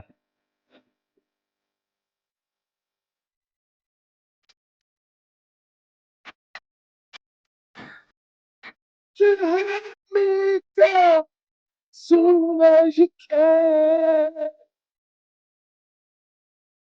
Without fail, finger grits. Without fail. People in the chat room are calling your Reggie Jackson take nutsy cuckoo. Again, like I said, I'm shocked you even knew that he played for the A's because I was like 10, 11 years old when he was beating up on my Dodgers. Him and Joe Mama, Joe Rudy, Gene Tennis. So you don't even know who those guys are, do you? They were the stars on those teams. Sal Bando. Ever heard of him? Sal Bando I've heard a little bit of, but not. What position did he play? That I couldn't tell you. I just know the name. So then how'd you know Reggie played for the A's? Oh, we gotta go. Quick timeout. Last half hour of the broadcast. Don't go anywhere. News Talk 96.1 and AM 1180 KERN. With SRN News, Yes, I'm Keith Peters in Washington. President Trump has urged Israel to pardon Prime Minister Benjamin Netanyahu in a corruption case. Trump called the case a political unjustified prosecution in a letter to Israeli President Isaac Herzog on Wednesday. Herzog acknowledged the letter but said a formal request is needed for a pardon. A federal appeals court has heard arguments about a spending law that stopped Medicaid reimbursements for Planned Parenthood, the nation's largest abortion provider. The law passed in July and targets organizations that provide abortions and receive over $800,000 annually in Medicaid reimbursements. What do you think of Reggie? What team do you On Wall Street, the Dow by 326 points, the NASDAQ dropped 61. I'm shocked you even knew that Reggie played More for the A's. details at That was literally 10, 11, and 10, 12 when they won the News Talk 96.1 and AM 1180 KERN. From the KERN Newsroom, your live and local news update on News Talk 96.1 and AM 1180 KERN. I'm Chris Davis. One of your councilmen has cancer. Ward 3 Bakersfield Councilman Ken Ware says that's the reason he's been absent from council meetings lately. He's getting treatment and is asking for prayers and support. Ware says he's still keeping up with city business. A mental health diversion granted Wednesday to Fernando Yara, husband of Kern County Supervisor Letitia Perez, may mean the case against him gets dismissed if he follows orders and gets treatment. You may remember Yara is accused of threatening Perez and the kids back on July 12th. You may be able to see the Aurora Borealis tonight if you missed it last night, thanks to an ongoing solar flare that's making it visible in California. I'm Chris Davis in the KERN newsroom with news every half hour or when it breaks on News Talk 96.1 and AM 1180 KERN. Remember when the following is a paid advertisement by Family Vacation Getaways with the purpose of soliciting sales of vacation ownership. For complete details, visit FVGradio.com. If you want 100% complimentary stay at a luxury resort in Cancun, airfare not included, then Family Vacation Getaways is your ticket to paradise. See website for complete details. We're giving away 5 days and 4 nights to the first 50 callers who can name an animal that lays eggs and is not a bird. An animal that lays eggs and is not a bird. Do you know it? Call now, 800-417-6411, 800-417-6411. You're also eligible for an exciting bonus vacation to Orlando, Florida for just $498. And don't worry about anything ruining your plans. We can extend your travel up to 18 months. Name an animal that lays eggs and is not a bird, and you get a complimentary Cancun resort stay and an optional bonus vacation to Orlando for just $498. What are you waiting for? Call 800-417-6411 and give us your answer. The proceeding is not a contest and is a paid advertisement by Family Vacation Getaways and not sponsored by this program or its affiliates. That man again, Ralph Bailey, for a copy air. You know, when the air just isn't right, call the team that gets it done right. That's a copy air. Keeping homes comfortable for 18 years. Locally owned and always professional. And who knows better than I? They serve my complex. From smart thermostat help to service requests, repairs, replacements, and preventative maintenance. Then he said from prompt, knowledgeable, and delivers quality Oh, trust. let's Don't jump sweat way it. Call back. Agape Air. He said he stuck it, 661-399. but he was above the hole in 6600 3 today. days. Agape Made Air. 6 Comfort there. you can feel, service you can No, that's trust. the one that real short one Millions goes of fans downhill and agree. back up. This Right Christmas before par tradition three. rocks. Trans-Siberian Orchestra, Right, where the fence is, par live three. in Yeah, concert, exactly. presenting hit the 3 Ghost of Christmas Eve, the best of TSO and more. Yep, November exactly. 25th That's at where he put it. Health Arena. He pushed it Tickets right, on sale now then hit a at tree and came back down the livenation.com fairway. and AXS.com. And so he Don't could've miss shot this it season's most 74. exciting concert experience. Trans-Siberian Orchestra, live in concert. Hey, it's JR from The JR Show. If you haven't subscribed to us on YouTube, do it now. Head over to YouTube, search up Kern Radio, hit the subscription and the notification bell. Then join us tomorrow at 7 a.m. as we broadcast exclusively on YouTube from the grand opening of the Hard Rock Cajon. We'll have interviews with all the executives, plus a sneak peek before the doors open to the public. It's all happening tomorrow morning, 7 a.m. on our YouTube channel, streaming from the grand opening of the Hard Rock Cajon. I'm JR Flores. Catch my show, The JR Show, weekdays at 2 p.m. Now, back to the Ralph Bailey Show on News Talk 96.1 and AM 1180 KERN.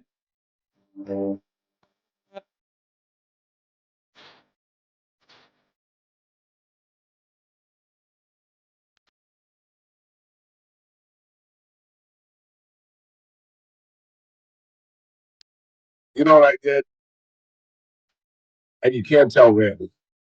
Oh, Seriously, you can't tell Randy. you got back on it, didn't you? And you gotta stay off of these things. Well, You gotta wait. here's why I did it.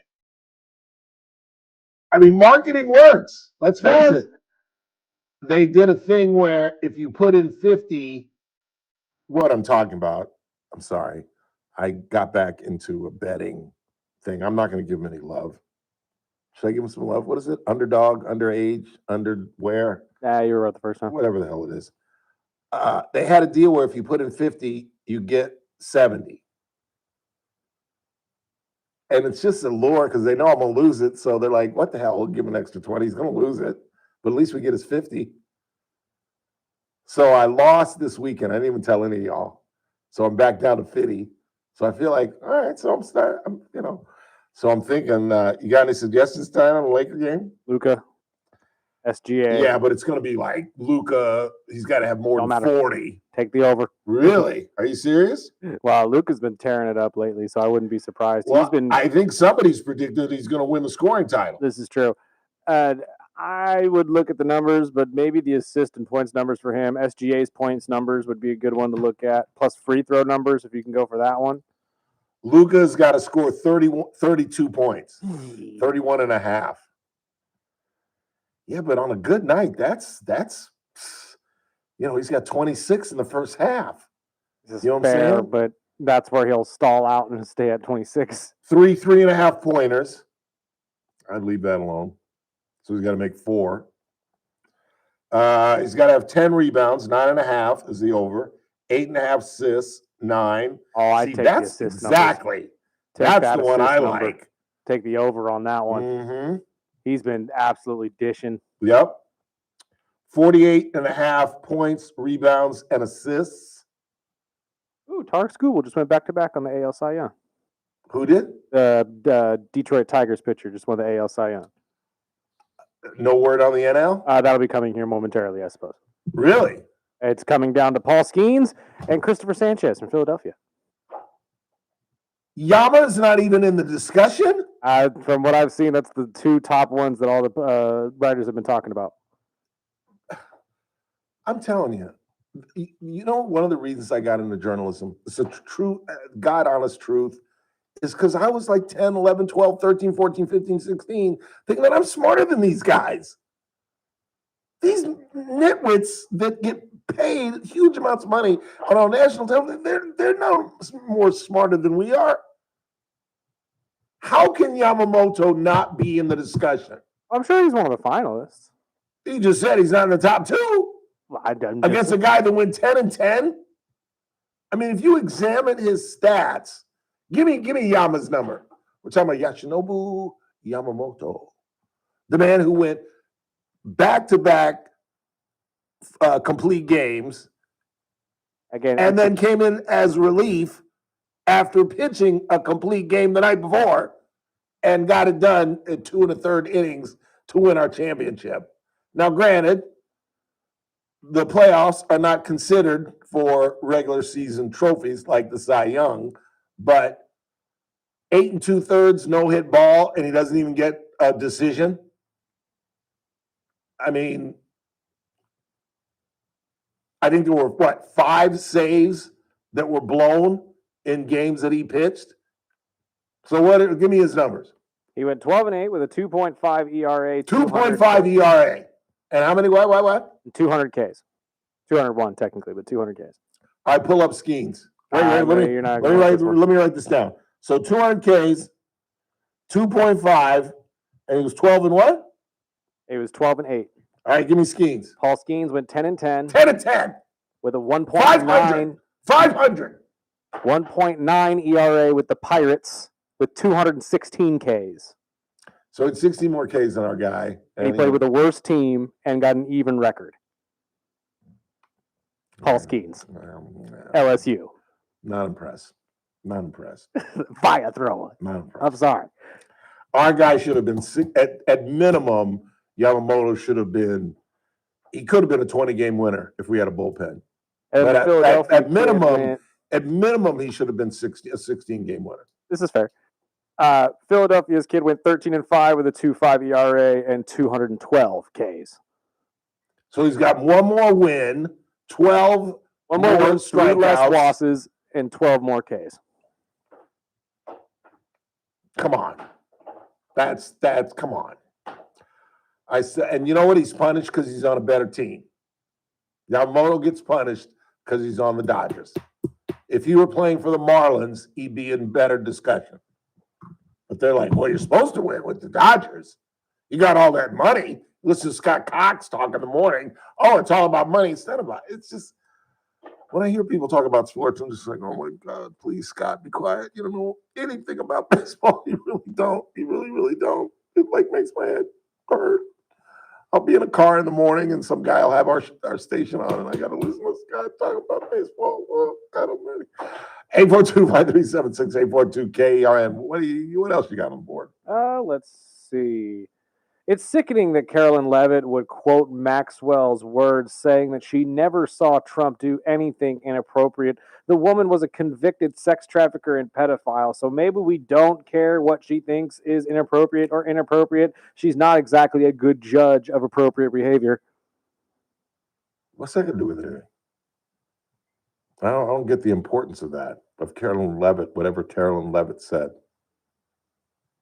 I don't understand that. I really don't. Here's more.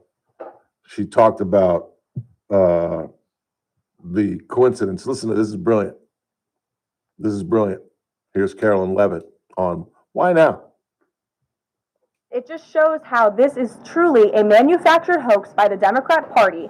For now, they're talking about it all of a sudden because President Trump is in the all of a sudden. When Joe Biden was sitting in there, yes. The Democrats never brought this up. This That's wasn't right. an issue that they cared about because they actually don't care about the victims in these cases. They care about trying to score political points against President Trump, as we have, of course, seen with this government shutdown. And this entire thing, again, it's not a coincidence to the American people at home. There are no coincidences in Washington, D.C., and it is not a coincidence that the Democrats leaked these emails to the fake news this morning ahead of Republicans reopening the government. This is another distraction campaign by the Democrat and the liberal media, and it's why I'm being asked questions about Epstein instead of the government reopening because of Republicans and President Trump. She is brilliant. She is absolutely brilliant because she's absolutely right. Air traffic controllers, TSA people are getting paid again. The skies will be fine for Thanksgiving. And yet she's answering questions about Epstein. This is nutsy cuckoo. The only issue I have with that, Democrats will like this, is then why are they playing it so weird? Why are they fighting it? Why did they have Lauren Boebert to the White House to try to convince her not to help pass the discharge petition?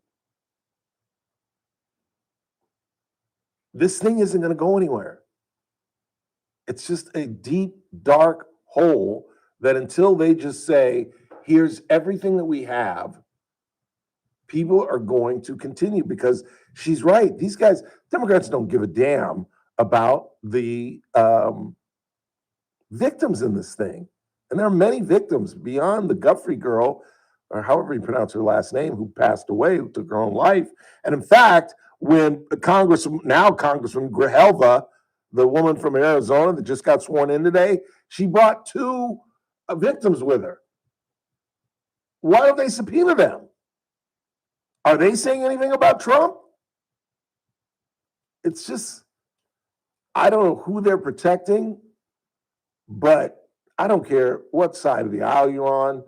It's hard not to think that they're protecting somebody. You know, you don't call up a member of Congress to try to do the Lyndon Baines Johnson on them and kind of intimidate them to change their vote unless you're protecting something or somebody. And the weird thing is that they campaigned on this. Oh, we're going to be transparent and we're going to open up the files and blah, blah, blah, blah, blah. And they've been anything but. And I think some of this stuff exonerates, even Sonny Hostin on The View this morning admitted that some of the emails kind of exonerate Trump. Like the one email where Epstein says, of course he knew about the girls as he asked Ghislaine to stop it. Now, obviously that illustrates a knowledge that he has not shared with us, but at least he was on the side of stopping it. And you can't even, the problem with these emails is you can't interpret that correctly, knowingly. You know what I'm saying? Like, you don't know that's what he was alluding to. How can you assign that to something? He could have been talking about when he asked Ghislaine Maxwell to stop it. He could have been talking about the fact that, because this was alleged, one of the reasons they had a falling out was that Epstein was stealing his employees, the president's employees at Mar-a-Lago. He could have been alluding to that. With a dead man as the author, this goes nowhere. Like I said, there could be an email that Maxwell wrote that says, that Epstein wrote, that says, I saw him sleeping with a 15-year-old. And yeah, it's political damage for a while, but it could go nowhere. He's a criminal and a liar, would say the president. And it's an absolute lie. And so there's no sense of justice for these victims. And good on Marjorie Taylor Greene. Allegedly, the victims are afraid. Remember, they were going to come out and they had the list and they were going to read the list. And then their attorneys were like, I don't know if I do that. Oh, I broke my glasses. Their attorneys were like, I don't know if I would do that or not. You could get sued for defamation, blah, blah, blah, blah, blah. And I really broke my glasses. I broke the whole stem thing. How did I was banging them. God dang it. I got to go to the dollar store and buy the bunch. God, that sucks. Marjorie Taylor Greene stepped up because Congress members have immunity. She said, I'll read them. Well, go ahead. Go ahead. How could they have two victims in the House of Representatives today, and yet they're not speaking, they're not talking, they're not saying who did this to them? Give it to a Congress member. Let them read it on the floor. Let's start exposing these people, because that's what this thing should truly be about. Who are the billionaires and the millionaires, along with Prince Andrew, who's clearly, even the royal family thinks he's guilty. Didn't you? We talked about it last week, whenever it was, that he's been completely just shunned by the royal family, stripped of all of the home that he and the redhead, the ex-wife, were living in. She was still living there. Kicked him out. So the royal family even thinks he did these things. Let's find out. Let's get some justice for these victims and stop. But for the Democrats, that's not what it's about. It's all about Trump. James Comer was on the news while the show was going on. I was in Chris's studio, and he was saying they just put in Trump among the 22,000 emails and came up and cherry-picked the ones that they released. And none of these things are incriminating. None of them. None of them. None of them. Let's go ahead and take a break. We come back. We'll check the board some more. Coming up top of the hour, I believe, for those of you who missed it, we're going to re-air our, just real short. We didn't spend a lot of time with them. We only had about 8 or 9 minutes. Mark DiCamillo, the head of the UC Berkeley Institute of Governmental Studies, they've released a new poll that shows there is a new Republican atop of the gubernatorial race. In the Emerson poll a couple of months ago, it was, and this was in the wake of Katie Porter, "Get out of my shot," cursing out her staffer. They had Steve Hilton leading the way with Katie Porter second, Chad Bianco third. In Mr. DiCamillo's poll, Bianco is leading the way with Katie Porter second. And Steve Hilton is tied for third with Xavier Becerra. Xavier Cugat. And that's about all I got. Xavier College. That's about all I got. Quick break. We're coming right back. It's the Ralph Bailey Show on a Wednesday. Right here on News Talk 96.1 AM 1180 KRN, where we're streaming live at kernradio.com.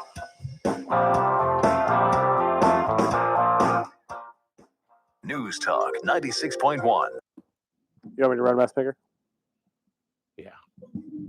First Look with Scott Cox, 6 to I 9 lost my a.m. lens. On the Thursday edition of the First Look program, we got the end of the government shutdown and also the opening of a casino in our backyard. That's cosmic timing right there. We'll get you the latest on all of that and news and traffic and weather. It's all happening 6 to 9 a.m. right here at News Talk 96.1 and streaming live on a World Wide Web at kernradio.com. First Look with Scott Cox, 6 to 9 a.m. News Talk 96.1 and AM 1180 KERN. That's hope you're doing this every Thursday, particularly at 4:30 when Daniel Petrie from Messmaker and Petrie Wealth Advisors joins us. Daniel gives us a weekly update on the deficit and its growth. We look at silver and gold, and obviously the stock market and all kind of economic issues that most importantly impact you. But again, you guys know what Messmaker and Petrie Wealth Advisors are all about. They're all about retirement. I keep telling you guys, it's one of the smartest moves that I've ever made financially. Call Daniel at 395-9400, 395-9400 if retirement is in your near future. Or just tune in Thursdays at 4:30 when he joins us every week.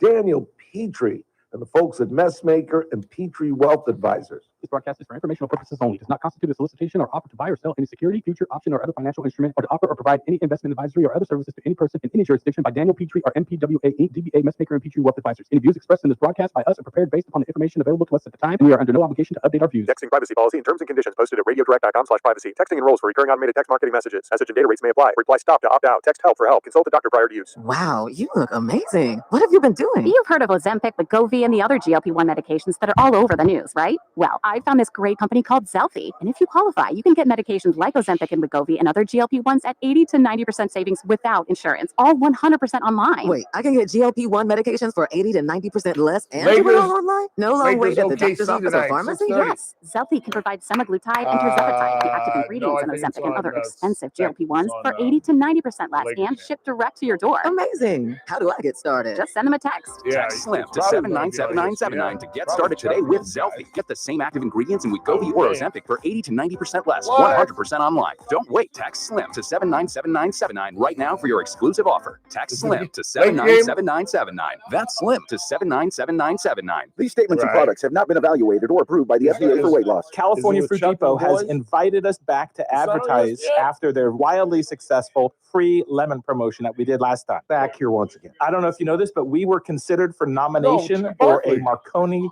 Radio Excellence Award for our last spot. No way. California Food Depot, they invited us back to let people know about Falltoberfest. So they don't play. Yes. They don't do First of all, every I think if you put ESPN fest at the end of NBA anything, it sounds more inviting it's gonna and more be fun. welcoming. It's going to be a good time. You know I think it's gonna everyone be will enjoy fun. it. It's kind of a place where you can get your picture taken with a fall scene. You can play cornhole, more of a right to the static point. display. But at the same time, come on out, get yourself a shake like you're enjoying right now. Delicious. Fresh squeezed orange juice, smoothies of all different flavors. How do we get Pictures there? taken? Just like last time. We're out in the Edison, south side of 58, exit 119, which is 911 backwards. And we're on Red Bank Road. Google us, please. Google us. Listen, if you can't use Google to get to us, we don't need you. We don't want you. Do you have a problem with Maroon 5? Not at all. A lot of No. people do. Maroon 5 or Coldplay. Kiss Cam. Google us at calfruitdepot.com. The Charlie Kirk Show, weekdays at 6 p.m. on News Talk 96.1 and AM 1180 KERN. Now, back to the Ralph Bailey Show.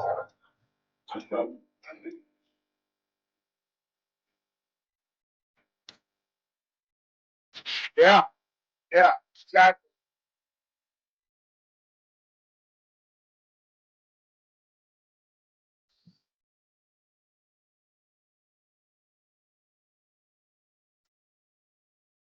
Always thinking of Big Chill when I hear this song. Great motion picture. Do you know what was in the Big Chill that you would not know was in the Big Chill unless you were a freak like me? Okay, Snacks. Pardon? Do you know who's in the Big Chill? Big Chill. You didn't see the Big Chill? I feel like I probably It's have an a while back. ensemble movie with Jeff Goldberg, Glenn Close, Phoebe Cates' husband, Kevin Eubanks, not too many Kevins. Kevin Euclid. Yeah, not too many Kevins. I think we've talked about this one before. That the dead guy at the beginning of the motion picture is Kevin Costner. Yes. And they had a couple of scenes of him alive, but I think it's a William Kasdan picture, and they cut it out.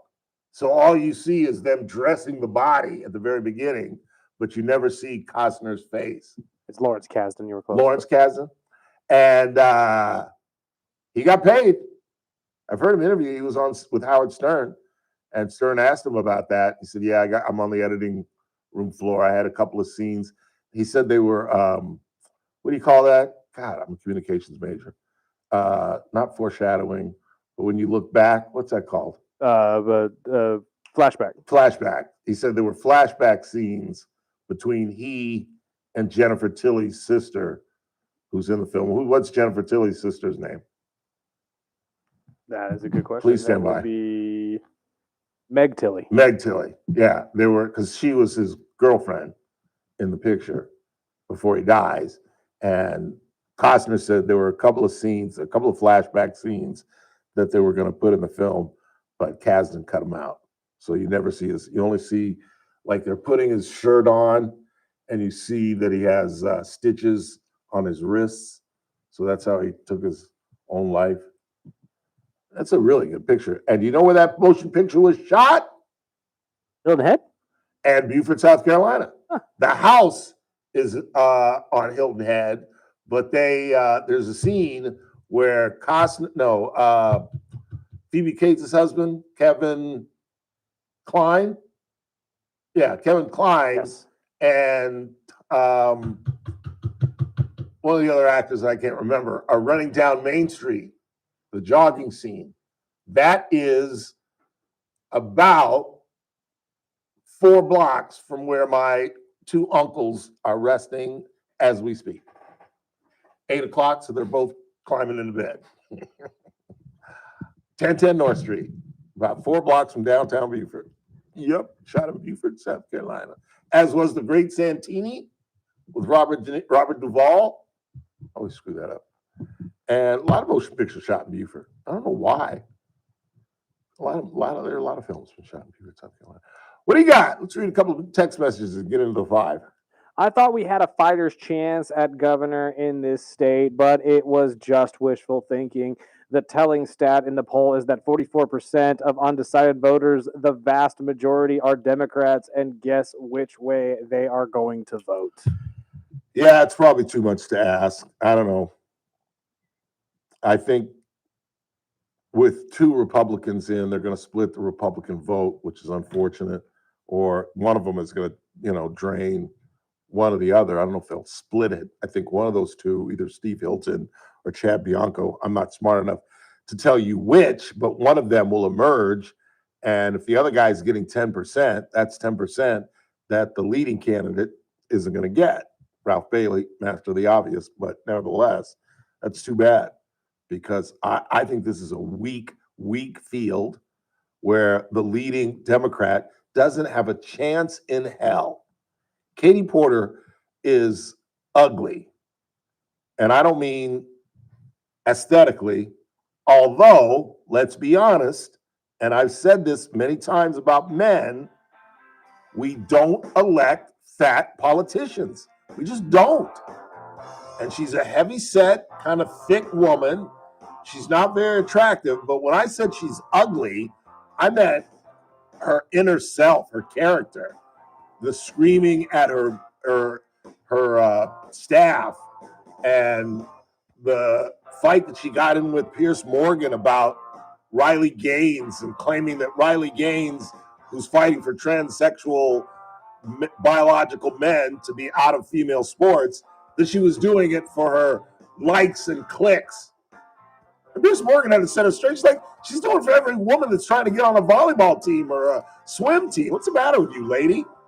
Last hour of the broadcast. I'd stick around if I knew.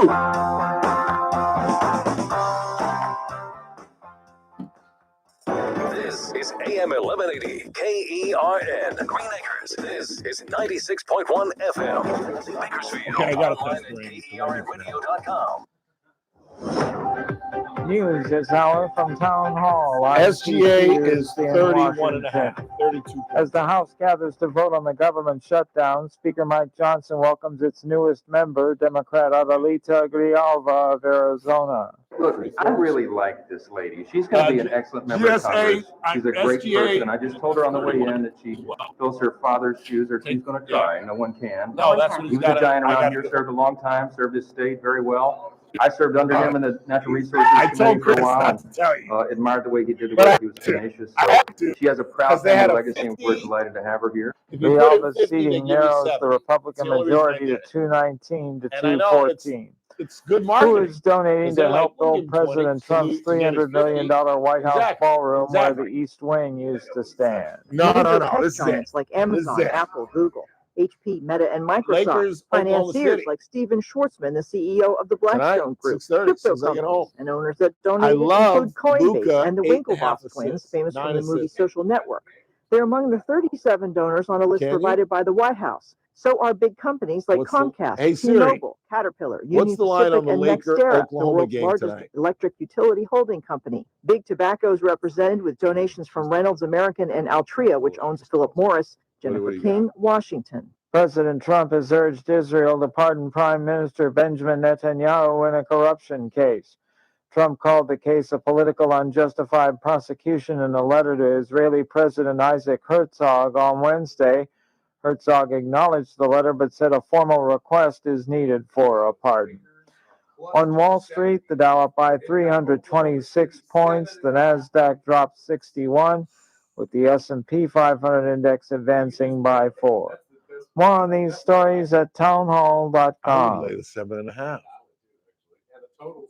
The following is not an actor, but a real-life story from Trinity Debt Management. My debt problem started probably about 2016. I needed my life to change financially. I called Trinity, and I ended up joining based on high credit card bills and high interest rate. And my counselor at Trinity has been great, and Trinity has been helping me to get on the right path of paying off these credit card bills, bringing down the interest rate. They have consolidated my bills into one low monthly payment. And now I am finally getting out of credit card debt. So I just want to say thank you, Trinity, for showing me a better and greater path. If you're in debt and you need help, call Trinity at 1-800-990-6976. My name is Sharon, and soon I will be debt-free for keeps. 1-800-990-6976. From the KERN Newsroom, your live and local news update on News Talk 96.1 and AM 1180 KERN. Police say he made threats against his wife, but that may not be enough to keep him locked up. I'm Chris Davis. That's Fernando Yara, the husband of Kern County Supervisor Leticia Perez. You may remember the incident July 12th where Yara had to be tased and restrained at their house when the cops were called. His words, according to police, were that he was going to execute people and bash Perez's head in. She got a restraining order after that. Now Yara may be getting a mental health diversion. He was granted that diversion Wednesday, provided that he follows the court order to get help. If you keep up with the Bakersfield City Council, you may have noted some recent absences by Ward 3 Councilman Ken Ware. Wednesday, he announced that he has cancer and says the treatments have been keeping him from council meetings. He says he would like to be back, but he has had some setbacks, and in the press release he sent out is asking for prayers. Ware says he is still keeping abreast of what's going on with the council and city business. Credit card fraud is one of the charges against 4 men, 3 of whom are from Houston and 1 from Vegas. They've been rounded up in the last week, and Bakersfield PD says they had computers and skimmers and the tools necessary to defraud people and steal card info. But the jig was up when detectives were called to a truck stop last week on Lagoon Drive, where they say 2 of the men were stealing diesel by putting it in bottles in the back of 2 good trucks. shit on here. So what about those northern lights? That 12.5 red glow points. that you may have noticed last night was the Aurora Borealis, common to places like Alaska and the Great White North. But as a rarity and because of a magnetic storm, the lights were able to be seen here. That could happen again tonight because of a particularly strong solar flare that has made the aurora visible as far south as Florida. I'm Chris Davis in the KERN Newsroom with the news every half hour or when it breaks on News Talk 96.1 and AM 1180 KERN.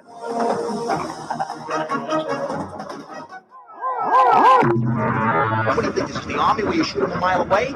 You gotta get up close like this. Bada bing, you blow their brains all over your nice Ivy League suit. It's the Ralph Bailey Show on News Talk 96.1 and AM 1180 KERN. Now make sure you leave the house when you make the call. You understand me? You hear me? Call from an outside line. I mean it. Call in or text to 661-842-KERN. That's 661-842-5376. Listen live at KERNradio.com. What are you going to play, Blackjack? Now, the host you've been waiting all day for. Live from the KERN studio, here's Ralph Bailey. Final hour of the broadcast on this hump day, Wednesday, 12th day of November. It's the Ralph Bailey Show. Right here on News Talk 96.1 and AM 1180 KERN, where we stream live at kernradio.com. Still got lots to talk about. A Kennedy is running for Congress in New York State, the grandson of John Fitzgerald Kennedy. Antonio Brown appeared in court via his attorney on attempted murder charges. He obviously pleaded not guilty, not pled, but pleaded. Pleaded is the past tense of plead. Pled. It's not pled. Even though you'll see it in the Californian. I think 17 is finally going with pleaded, but it's trust me. The only reason I'm a grammarian and a stickler, I started my career as a copy editor. I had 2 jobs. My first job at the Sentinel was a copy editor. See, this is where you should play the music, my storytelling music. Because I got to go off on the road and tell them how I got my job at the LA Sentinel. We still got to pin down what exactly we're doing with this. I want like something do something fanciful. Like here he goes, rambling. You want actual music in the background of this. Yes. Okay. When I start to just go off on the tangent on a country road, and I'm telling one of the stories that I've told 1,977 times, where the listeners know the story better than I need a little something, something. But yeah, that's how I got my first gig, my first journalism gig. I went down to the Sentinel, the Los Angeles Sentinel, and I took a paper just like this, and I marked it up. I found all kind of style errors and misspellings, and I went in to see Margie Sturgis, who at the time was the managing editor prior to Betty Pleasant becoming the managing editor. I got there at 9:05, and Sophia Johnson, which is a whole nother story, Jack. But anyway, Sophia Johnson was the receptionist, and it was those old school communication deals where you can hear the other person. It didn't make sense to me. So she'd like, Miss Sturgis, there's a Ralph Bailey here to see you. And I'm sitting there all duded up in my tie and everything, 24 years old, 25 years old, 24. And she said, what does he want? Who is he? Is he selling something? Get him out of here. No, ma'am, I think he's looking for a job. A job? I don't have time right now. And Sophia was all like, oh my God, I can't believe he just heard that. As you heard, she doesn't have time right now. I said, that's okay. I'm good. And I sat there until lunch. And at 11:45, Miss Sturgis walked right past me. I didn't say a word. She passed. And at 12:45, when she came back, I was still sitting there. And at about 1:30, Sophia, is he still there? And Sophia's eyes got all big and says, yeah, he's sitting right here. Send him in. I got about 10 minutes. See, you couldn't do this anymore. No, you definitely could not you do would all. get escorted out You so absolutely quickly. would be. And then I absolutely didn't realize that I absolutely insulted the woman. I had a copy of her paper and I said, ma'am, I think you need a copy editor. And she said, really? Why do you think that? And I said, well, my parents get the paper every week. And I've seen this thing since I was about 15 years old. And well, I've kind of made a couple of corrections here. I had about 9 corrections on the front page. And she snatched it out of my hands and looked down at it, looked up at me and looked down at it. Why do you have president lowercase here? And I said, well, you only uppercase president when it comes before his name. But if you're alluding to the president, it's lowercase. Why'd you change this? And she just like questioned me on every little thing. And I said, well, that's improper grammar. The past tense of pled or plea is pleaded, not pled. She handed it back to me and she said, can you start on Monday? And I was like, what? Can you be here Monday? I need you here at 8:30. You start at 9, but be here at 8:30. You've got CHR and fill out a bunch of paperwork. 8:30 Monday. So I've got the job. Yes, get out of here. And I said, thank you, Mr. Sturgis. Thank you. Run home to my uncle, who I've been living with for about a year after I walked off my waiter job at the Cajun Sugar Shack. And I said, Uncle Irvin, I'm a journalist. I got a job. I'm a copy editor for the Los Angeles Sentinel. And he said, congratulations. What are you making? I didn't ask. He said, you didn't ask? You don't know what your salary is? And I said, what difference does it make? You're paying the rent. I said that in my head. I didn't say it to my uncle. But that's what I was thinking. What difference does it make? You pay the rent. I don't care if they pay me $276 a week. And we were so badly paid that they paid us every Friday. Swear to God. And we had to go to, at the very end, because I quit after 2 years after the whole Atlanta thing that you've heard 1,000 times, where I interviewed Jesse Jackson and Betty Pleasant stole my microphone and wrote my tape recorder and wrote the story herself, even though I spent 45 minutes with Reverend Jackson. But it got so bad that you had to like run. There was a supermarket right around the corner off Central Avenue. We were located right on the corner of 43rd and Central in the heart of South Central. There was a little liquor store, grocery store right around the corner where we would all cash our checks. And it'd be like a race to cash your check. Because if you waited too long, That baby might boing, boing, boing. But yeah, that's how I got the gig. And then became a writer. And this is really my favorite part of the story that I stole from Ben Franklin. Ben Franklin's father was what they called a printer back in the, the 18th century.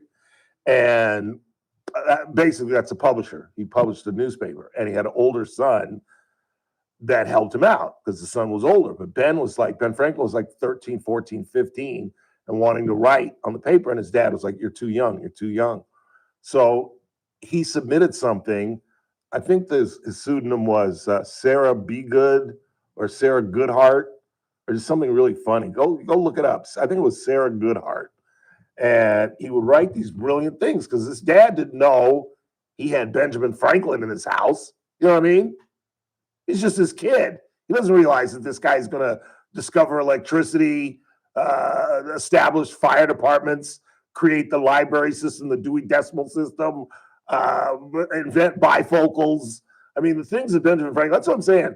When we get into this argument of who's the greatest founding father, it is tough between him, TJ, George, Alexander Hamilton. It's really, really tough. So anyway, he writes these articles to the paper, and the dad is like, this is brilliant. And he admits, Dad, it's me. And they brought him on. So I did the same thing. I used my grandmother's maiden name, Sadie Mae Green, and I wrote these letters to the editor that were long. And I got no response for a couple of weeks. And finally I heard Marjorie Sturgis say, this woman is brilliant. And I was like, what did she say? This Sadie Mae Green, she writes really well. And I was like, yes. And I went to her office and I said, I know you're not going to believe this, but that was written by me. I stole this from Ben Franklin, who did the same thing with his dad, where he submitted stuff with a pseudonym, a pen name, to just try to illustrate that he could write. And you guys weren't reading any of my stuff, so I thought I'd submit some stuff. And little did I know, and this happens to me a lot in employment, that I created a funk without even realizing it. That they didn't know whether to hire me as a staff writer or fire me for writing letters to my own newspaper. And there was a big staff meeting. They even brought in Mr. Thomas, because on a newspaper that size, Ken Thomas was a big-time attorney who owned the paper at the time. And, he was very hands-on. We'd see him 2 or 3 times a week, and he'd come in and read the paper. We'd see him on the day that the paper came out, and we'd see him the night that we put it together. And Thomas met with him.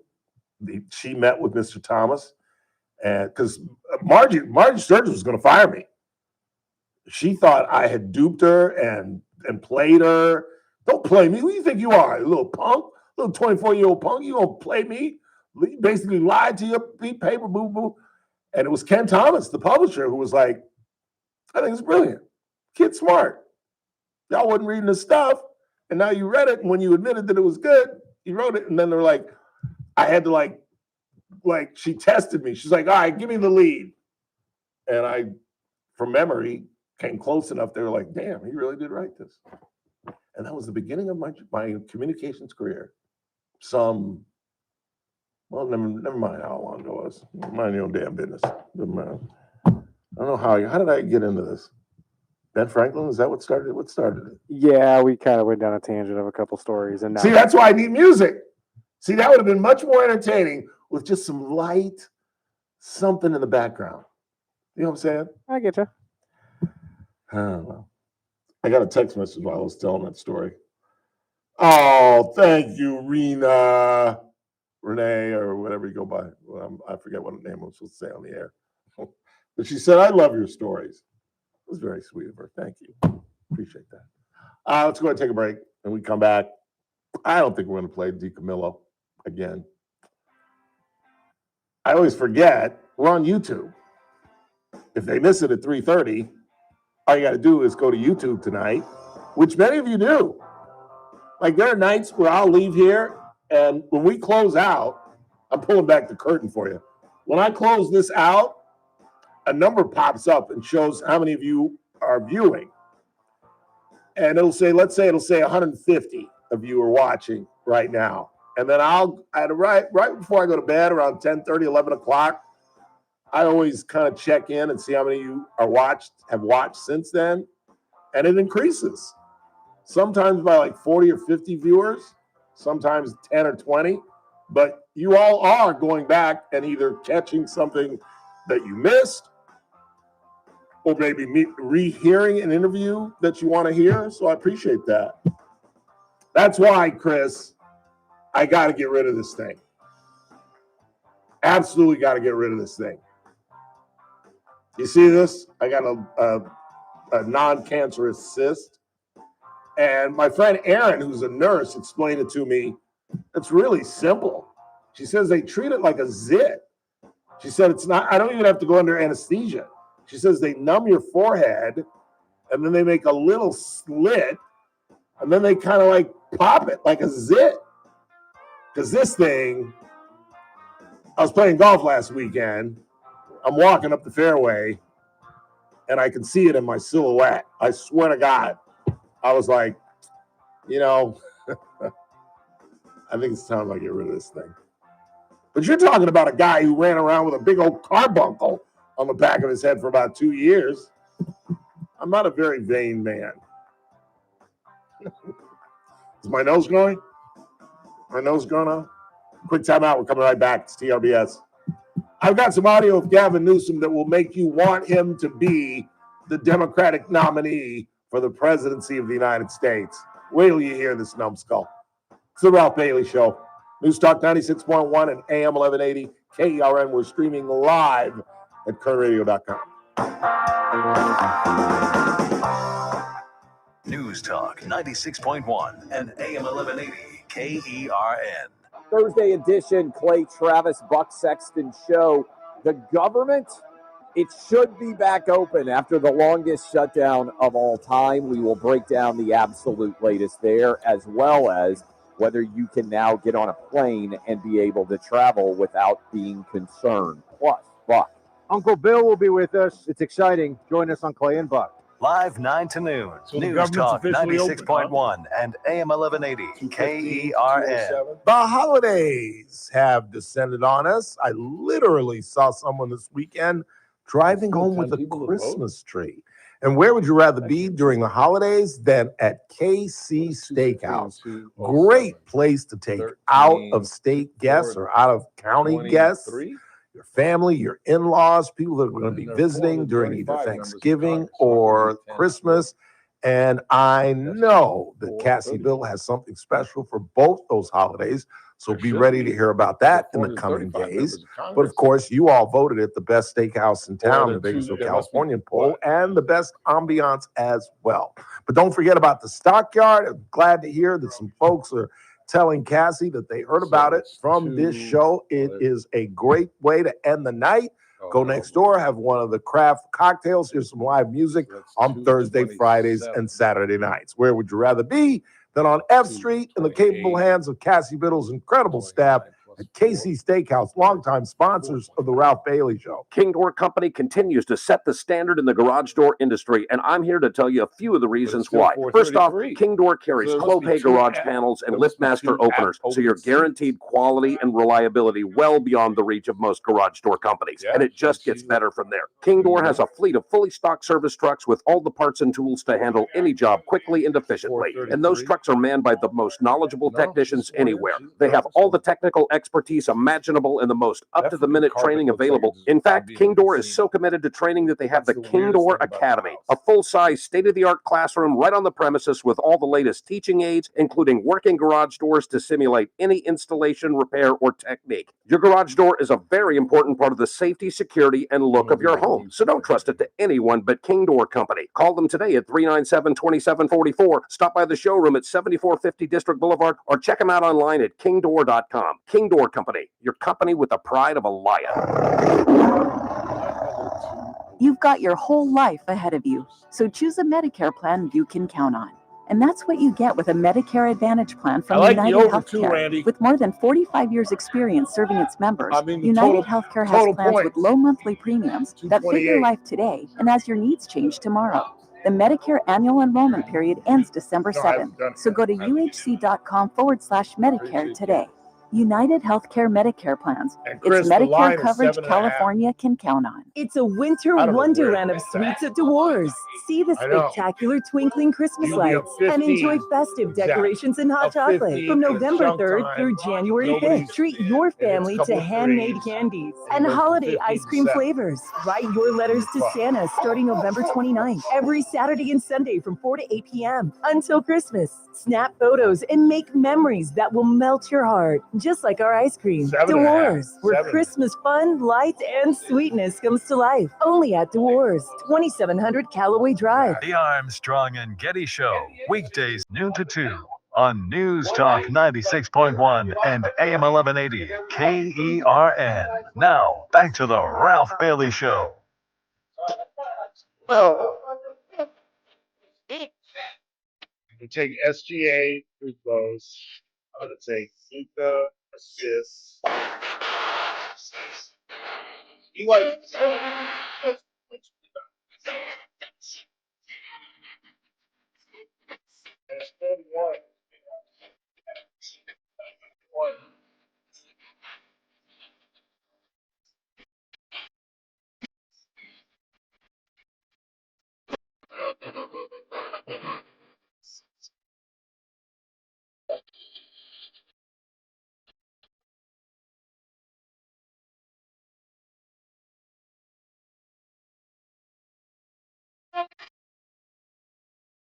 I don't think I have time for Gavin Newsom's audio. It's rather long. I only have a couple of minutes, so let's check the board. We'll get to it after the break at the bottom of the hour. But it's good stuff. I'd hang around for it. It really is.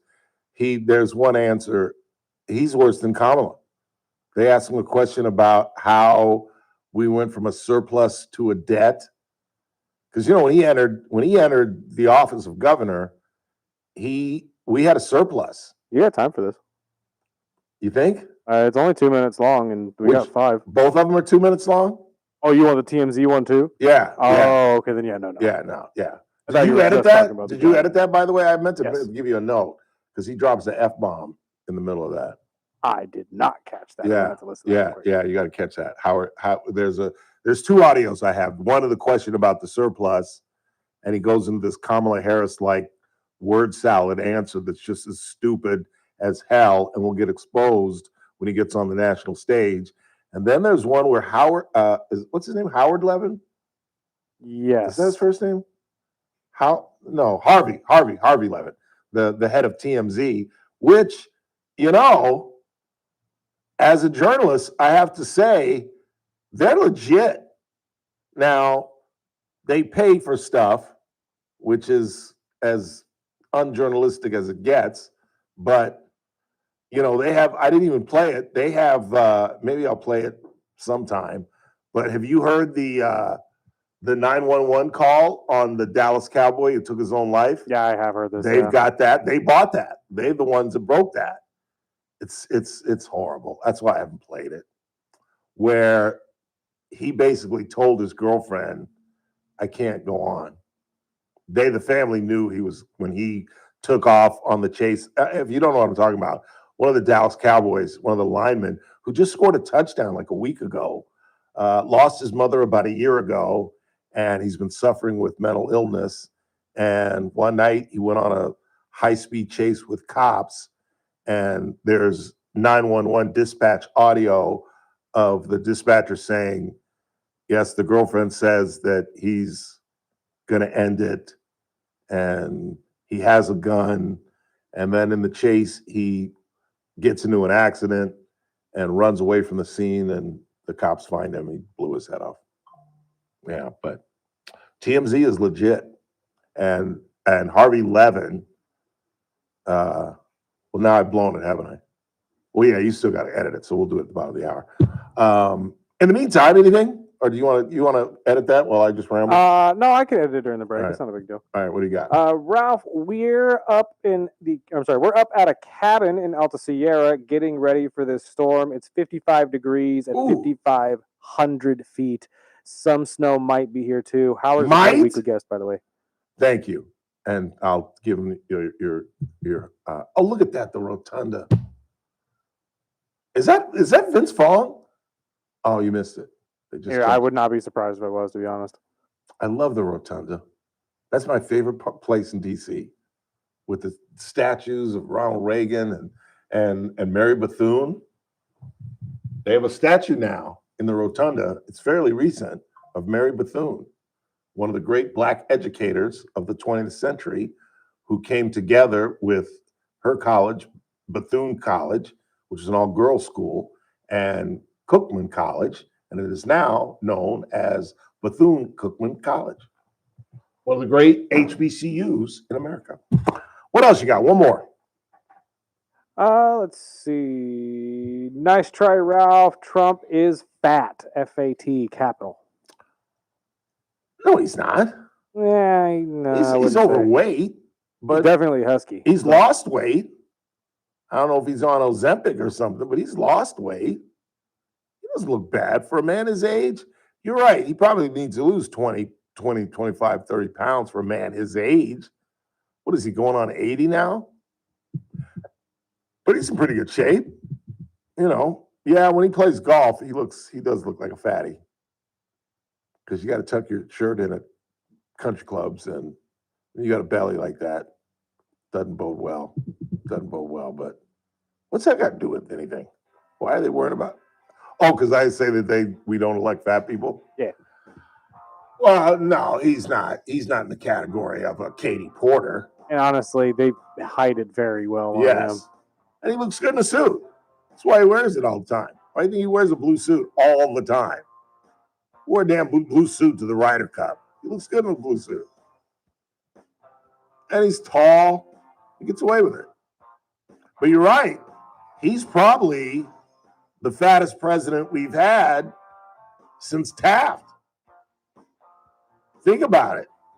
I can go through them all. Coolidge, Wilson, Harding, Hoover, Franklin Roosevelt, Truman, Kennedy, Johnson, Nixon, Clinton, George.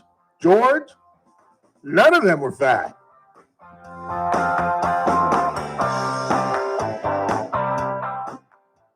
News Talk 96.1 and AM 1180 KERN. This is an SRN News special report. I'm Keith Peters in Washington. The House of Representatives has passed a bill to end the nation's longest government shutdown. The vote Wednesday sends the measure to President Donald Trump for a signature after a historic 43-day funding lapse. The Senate has already passed the measure. Democrats wanted to extend an enhanced tax credit that lowers the cost of health coverage obtained through Affordable Care Act marketplaces and refused to go along with a spending bill that did not include that priority. But Republicans said that was a separate policy fight to be held at another time. They eventually prevailed as the shutdown took an increasing toll on the country. And my picks were so bad. This has been an SRN News special report. 0 for 3. I'm Keith Peters in Washington. I went 2 for 3 in the Philly game. And you know what I lost? News Talk 96.1 and AM 1180 KERN. I scored 1 touchdown. From the KERN newsroom, your live and local news update on News Talk 96.1 and AM 1180 KERN. I'm Chris Davis. The husband of Kern County Supervisor Letitia Perez may get the charges against him thrown out if he does what the court says and gets some mental health help. Fernando Yara was granted a mental health diversion Wednesday and says he will comply. He's accused of making violent threats against the supervisor in July. It was the theft of diesel at a truck stop on Lagoon Drive that clued the sheriff's department into 4 men from Houston and 1 from Vegas who are all now accused of credit card fraud. Authorities say a search of their hotel room turned up computers, skimmers, and the devices necessary to steal people's credit card info. Aurora Borealis, the Northern Lights. They are likely to be available again for your perusal tonight in this part of California. I'm Chris Davis in the KERN newsroom with news every half hour or when it breaks on News Talk 96.1 and AM 1180 KERN. History shows that every market fails, every currency collapses, and today the dollar is shrinking. trillions in national debt, record high markets defying gravity, but stocks can't go up forever. Meanwhile, groceries, housing, and transportation costs are rising, and your dollar, it buys less every day. So when the crash hits, your stocks won't save you. Dollars Reeves, won't either. 21? But one thing will: gold. Gold has always survived. That's why central do like banks are that? buying gold by the ton, and billionaires are stocking up. I love And every day, Americans are protecting their savings and retirement with physical gold. That's Don't wait crazy, for the right? headlines. When the panic starts, it's too Hey, late. Siri. Call Lear Capital now at 800-957-GOLD to get your How free does- gold yeah, how investment does- kit and protect how your many wealth points with does real physical gold. Rui- With over $8 billion in trusted transactions and thousands of five-star reviews, Lear is your she trusted heard you. source. Call now and also get up to crazy. $15,000 in bonus gold with a qualified purchase. totally heard Call you. 800-957-GOLD. That's 800-957-4653. On the next Armstrong and Getty show, companies using AI and really benefiting from it. We've got some examples. Can't you Plus, look yet on- another on the lefty thing, see organization has been torn apart by, well, the left, the social justice warriors within. Yeah, the transportation secretary is threatening the worst days of all this flight cancellation thing are coming. So we'll check in on that whole story on the next Armstrong and Getty show. Weekdays noon to 2 on News See, Talk so the odds are with me. 96.1 and AM 1180. More often than not, he scores more than KERN, The Clay 13. Travis and Buck Sexton Show. Why are you live looking at it 9 like it's to crazy? noon. Now back to the Ralph Bailey I'm Show just saying. on News Talk 96.1 and AM 1180. KERN. Yeah.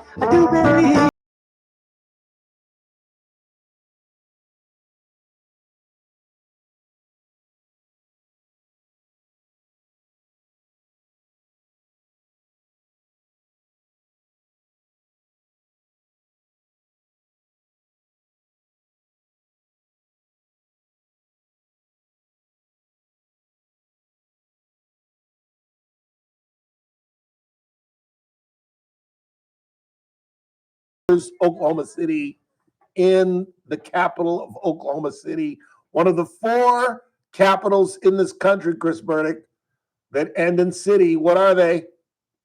I gave you one. Oklahoma City. Oklahoma City is a good one. I'll give you a hint. Salt Lake? Okay, that was the hint I was going to give you. One, Okay, the other okay, one is okay. in an NBA city. I'm trying to remember if Nevada's Yes. Carson City? Yes. Okay. Now here's the tough one. I'll even give you the state and you won't get it. Okay. All right. Missouri. Missouri. Jefferson City. Wow, nicely done. That is correct. All right, so here's what I'm doing tonight. Rui Hachimura to have more than 12 and a half points. Higher. But I don't get any odds on that. I get odds if he hits threes. You don't like that? No, stick with the 2 threes? Look, again, he's been on fire for 3. I get that. I get that, but here's the thing. And you're right. You got him up there on the board? He has. He was 3 for 3 from 3 last game, 2 for 3 in the 2 games before that. But here's my thing. You have to remember that it's basketball, and that doesn't always continue. That's why I'm saying take the points because he's more likely to get, 14? 12 and a half. Yeah, no, he'll get 13. So I just need 13 points. He'll get 13. That's what I'm saying. But I get no odds. See, that's how I lose. I want to play the odds. I want to make more money. Yeah, no, see, because I can't do that. You got to pay the smart way. 0.87 if I bet that he gets two threes. But it's a higher if I go lower. So they think he is going to have more than Can we just leave it up to the listeners and they can decide for you? That's not bad. You got 30 minutes. That's not bad. All right. What should I do? Should I go Hachimura points 13, or do I go 3-pointers? 2 3-pointers. Chime in, y'all. In here in the chat room. We'll take a poll. And then I'm going to go 8.5 assists on Luka. So he needs 9 assists. Yeah. And I'm going to go free throws on SGA. Which is? Please stand by. I got 1 for Hachimura points here too, by the way. Yeah. Please stand by on SGA. SGA has to get more than. Please stand by. Where are the free throws? Ooh, 8 made. 8 free throws. Verdict, 8 free throws. SGA. The majority of the time, is it going to be Reeves or Luka? The new thinner Luka. Yeah, I'd keep it. I keep it. I go over. Because he could get that in the first half. That's what I'm saying. And he draws fouls like nobody's business. Nobody's business. So I think they give him calls. All right, so that's what I'm doing, y'all. I'm doing SGA to have more than 8, to get 8 free throws made.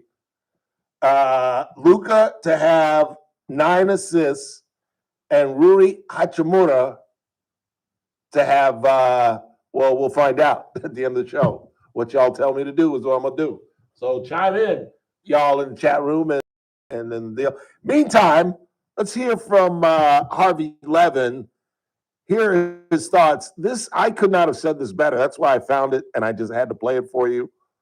Should I play the idiot version of Gavin or Harvey? Let's play the idiot version first, and then we'll back it up with what Harvey has to say about him governing. Listen to this. This is about the surplus. Listen to this answer that hopefully the Democratic nominee for president is giving. We explained to Californians how we moved from a $100 billion surplus to such a significant deficit in just a matter of a few years. Well, it's, we can explain it. $349 billion of unprecedented capital gains, 11%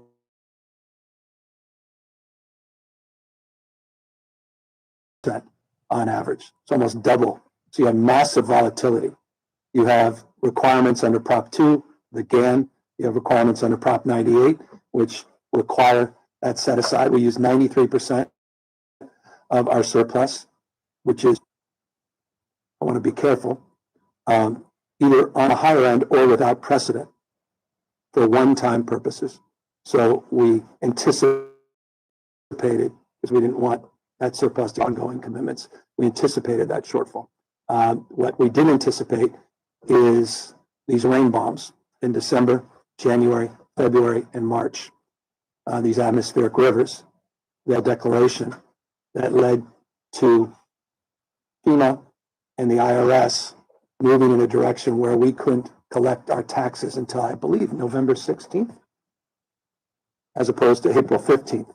And so therein lied this blackout period that beguiled all of us, the LAO, finance, economists, experts. And interestingly, I mean, has been at the White House recently, had an impact in terms of the IRS as well. The national press is going to eat him alive.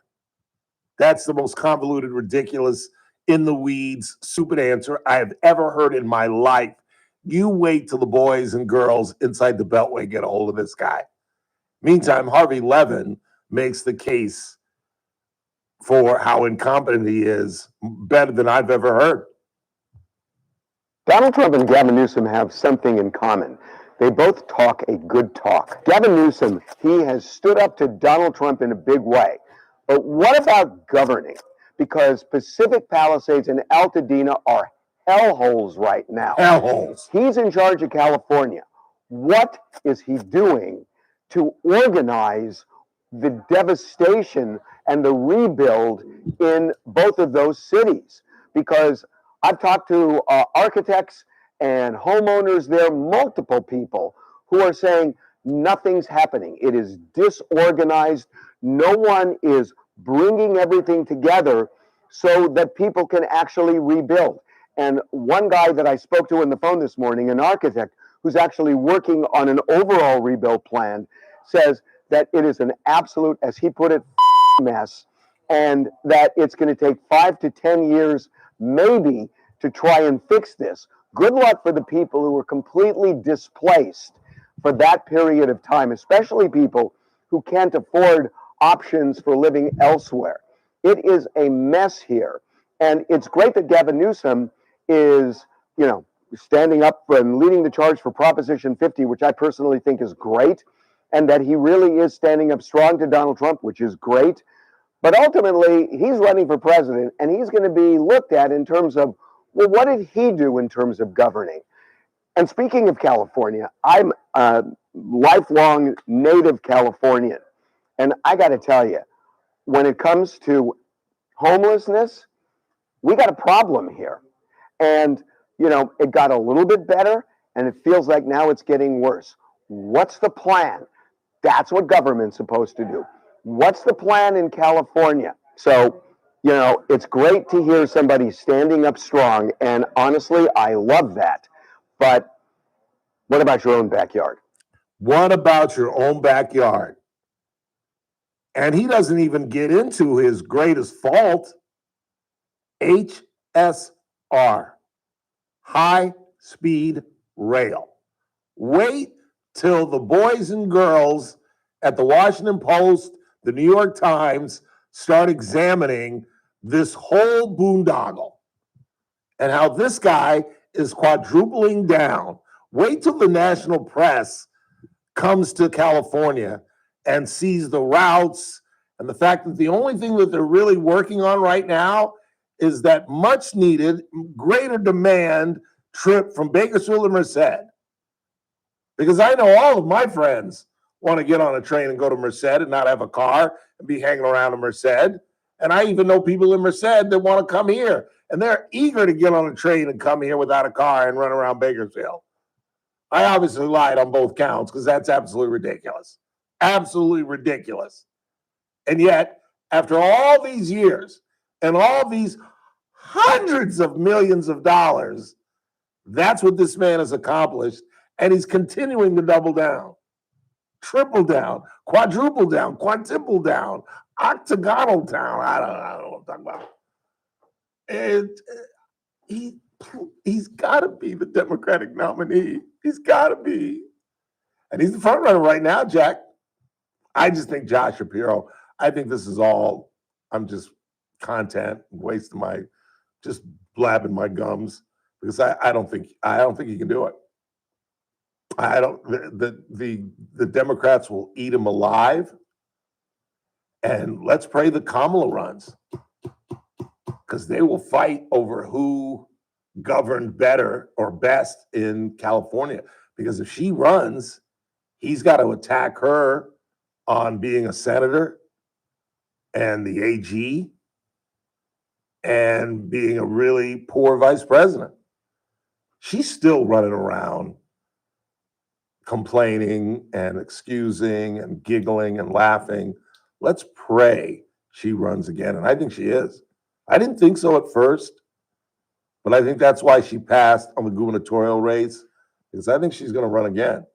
I think she really believes the idiocy that it was 107 days that caused her to lose.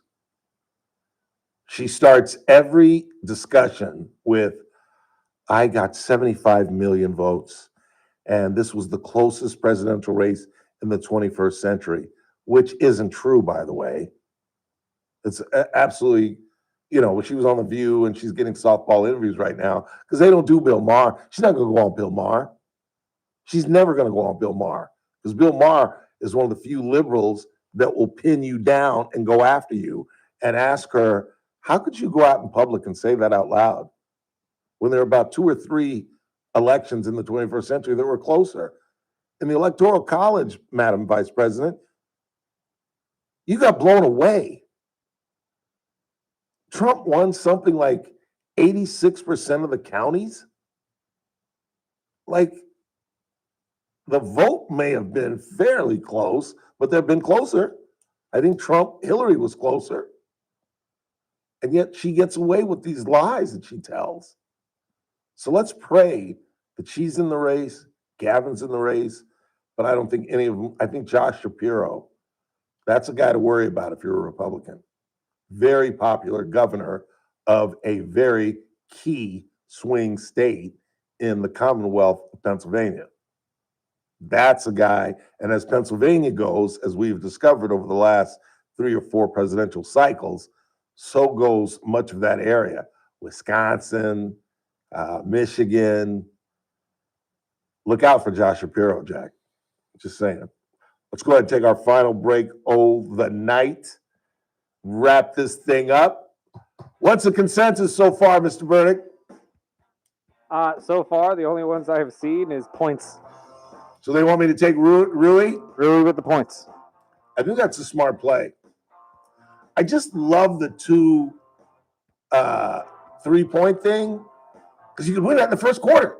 True. You can win that in the first 6 minutes. I also think you just like You can win that in the first 2 possessions. The possibility of it, actually making more money is also a big point of this. And you could definitely get it if it's a blowout. You know what I'm saying? Yeah. Because then they're just chucking up threes. Especially in today's game. That's all I'm saying. But I will do, since I'm the mush, I will follow whatever you guys say. You only got one vote so far? So far, I've only seen one. And nothing in the chat room. You guys want to help me out? Help a brother out. I got one here that says, how about don't bet and have a $20 dinner at Billy's instead? It's too late. He's already put his money in there. Can't take it back out. My money's in the thing. I can't.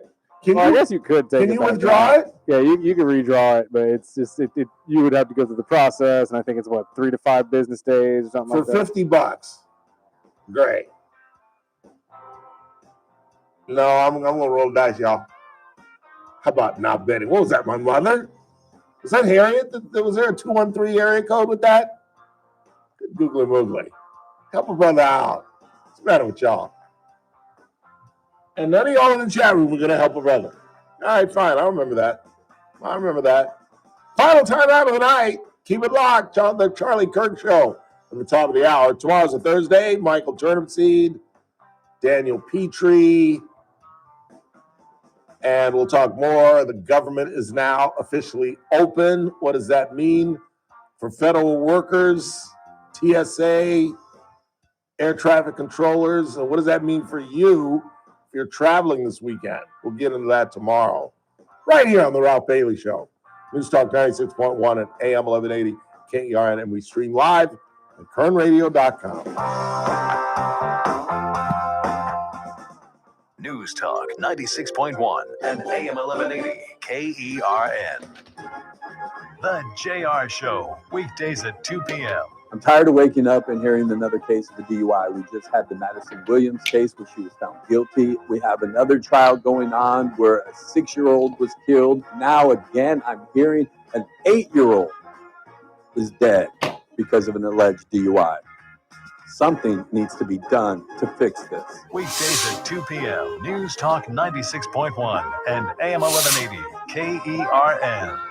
When your business technology breaks down, you need help fast, and you need it from the people who understand your local market. That's one of the main reasons we've teamed up with Adaptive Networks, because we have a unique business. Because when our IT goes down, you hear nothing, dead air, and we're dead. Adaptive Networks isn't some faceless call center in another state. They're right here in our community with local technicians who know Kern County businesses inside and out. And while other IT companies make you wait hours or even days for support, we just can't afford that. Adaptive Networks delivers lightning fast response times. We're talking minutes, not hours, because when your systems are down, every minute counts. Their team doesn't just fix your problem quickly. They treat you like the neighbor you are. Real people, real solutions, real results. Call Adaptive Networks today, 661-241-0638, or visit adaptive-net.com. Adaptive Networks, your local IT experts, always here when you need them. Texting privacy policy and terms and conditions posted at radiodirect.com/privacy. Texting enrolls for recurring automated text marketing messages. Message and data rates may apply. Reply stop to opt out. Text help for help. Consult a doctor prior to use. Wow, you look amazing. What have you been doing? You've heard of Ozempic, Wegovy, and the other GLP-1 medications that are all over the news, right? Well, I found this great company called Zelfie, and if you qualify, you can get medications like Ozempic and Wegovy and other GLP-1s at 80 to 90% savings without insurance, all 100% online. Wait, I can get GLP-1 medications for 80 to 90% less and do it all online? No long wait at the doctor's office or pharmacy? Yes, Zelfie can provide semaglutide and tirzepatide, the active ingredients in Ozempic and other expensive GLP-1s, for 80 to 90% less and shipped direct to your door. Amazing. How do I get started? Just send them a text. Text SLIM to 797979 to get started today with Zelfie. Get the same active ingredients in Wegovy or Ozempic for 80 to 90% less, 100% online. Don't wait. Text SLIM to 797979 right now for your exclusive offer. Text SLIM to 797979. That's SLIM to 797979. These statements and products have not been evaluated or approved by the FDA for weight loss.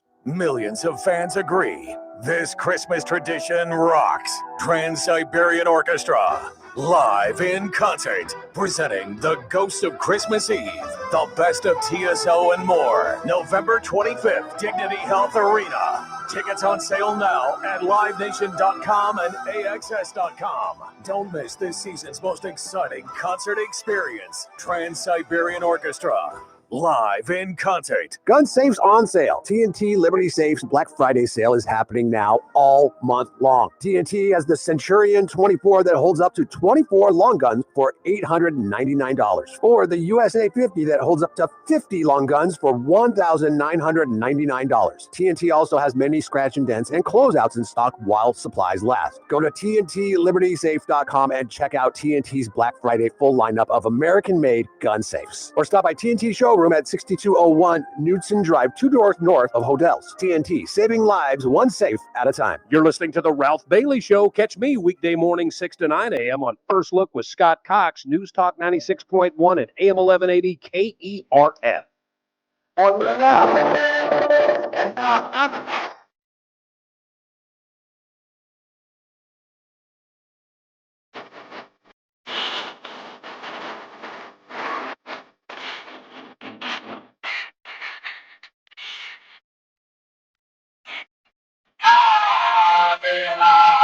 I can bear. Here we go.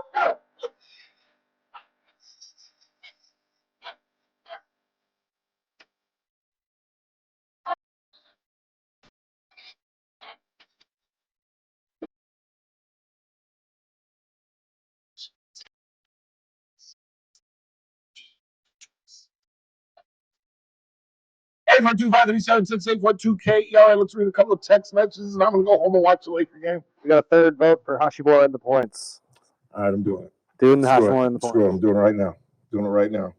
But If this man doesn't have 13 points, I'm gonna blame every one of y'all. It's like, listeners, beware that if this doesn't work out, Damn right. blaming all Damn of us right. tomorrow. Damn right. It's not. Can't blame it on the Bush. Can't blame it on the Bush. I went the Democratic route. All right, so I'm going 8.5 assists on Luka. Yep. Higher. There's one. Like you said, higher on the free And throws. then I'm gonna go SGA. SGA. Where this? I gotta search for it. It's way down here. 8 free throws made. Ooh, I got a nice little odds on that. That scares me. And Rui Hachimura to have higher than 13 points. I'm going to play $10. That wins me $50. Let's see what $20 gets me. Ooh, $20 gets me $100. I'm playing $20. I'm playing it. That's a nice cane. That's a nice. Wouldn't that be nice? Yeah. If I win, I'm pulling it out. I'm so lying. You're lying. You ain't going nowhere. You No, I got to get something from these people. I was just telling Chris, I've been doing this for a year. They suck at us. They go to radio stations and they give all the DJs and talk show hosts $50 or $100 or whatever they gave us, and they hope that they can find a degenerate like me who will continue to do it. And the marketing that you asked, because I stopped doing it for a long time, because I've been doing it for a year. I've won 3 times. Literally, I've won 3 times in a year. I know. It's like banging my head up against that wall and thinking, tomorrow it'll be okay if I bang my head against the wall. But they had marketing works. And they had a deal. I don't know why I opened the damn thing up, but it said, if you put in 50, we'll give you 70. Give you $20 for free because, Ralph, you're the mush, and we're going to get your 50 anyway, so we'll give you a free 20 to sucker your dumb ass. And it worked. So I'm at 50. I'm betting 20 tonight. I'll have 30 balls left for the weekend in the NFL. And if you all come through for a brother and Mr. Hachimura has 13 points, because I think the only thing I'm worried about is Gildress Alexander getting but not at home. The home team always gets more free throws. He's got to get the free throws. If the one that's going to be the one that really gets you is probably going to be Luka's assists. He'll probably get right up 8. How much you want to bet?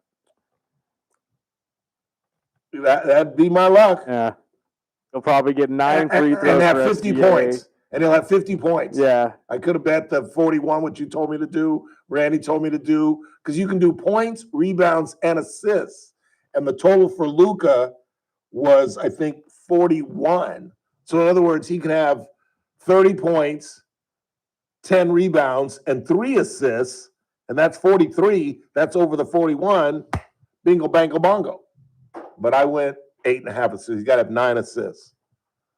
So excuse me, I'm sorry. I just gave you guys reasons to watch a Laker game tonight. And it is on ESPN. So we are going to see Chuck and the boys. Chuck and, because I keep forgetting. I've only seen them. I'm not used to them being on ESPN. Exactly. I've only seen them once when I would never miss it when it was on TNT. Like one of the first things I would do when I would go home was check 245 for our DirecTV subscribers and just see if there was a game on. And I wouldn't even watch the game, but I would DVR inside the NBA, the post game and the pregame.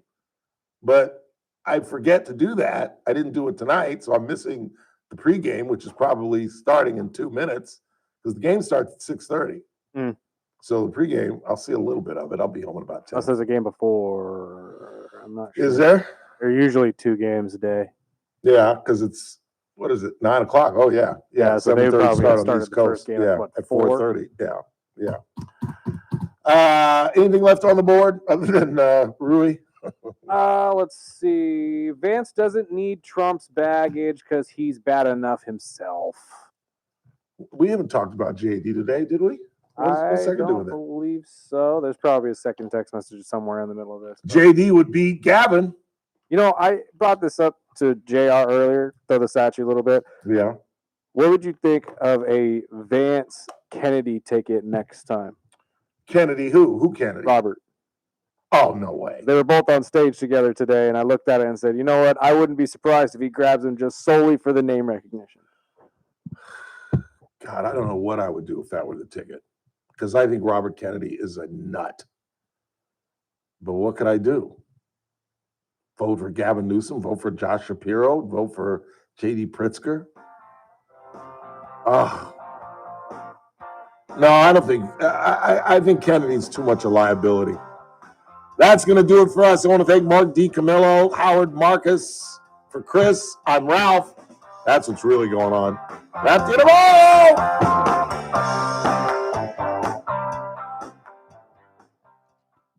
1180 KERN. Green Acres. This is 96.1.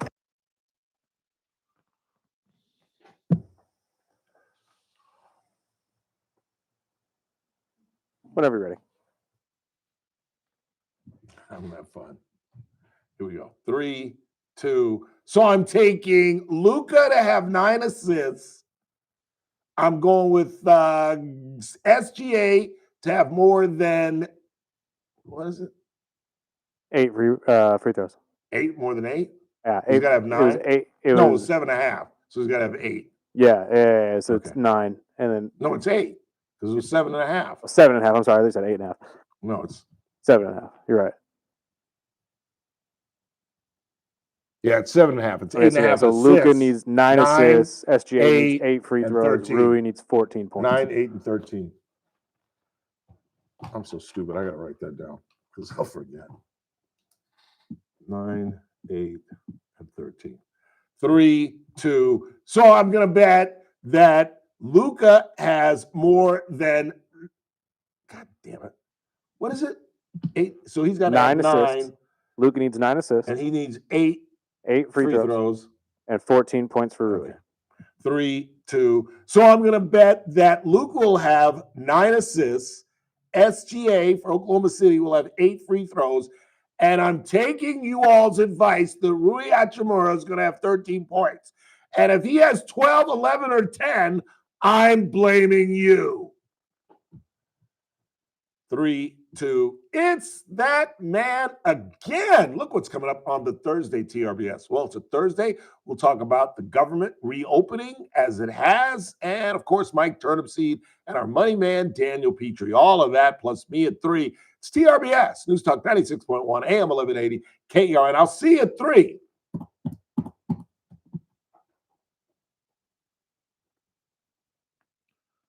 Do we get ESPN? From Verizon to Pure Talk, but she's worried the deal sounds too good to be true.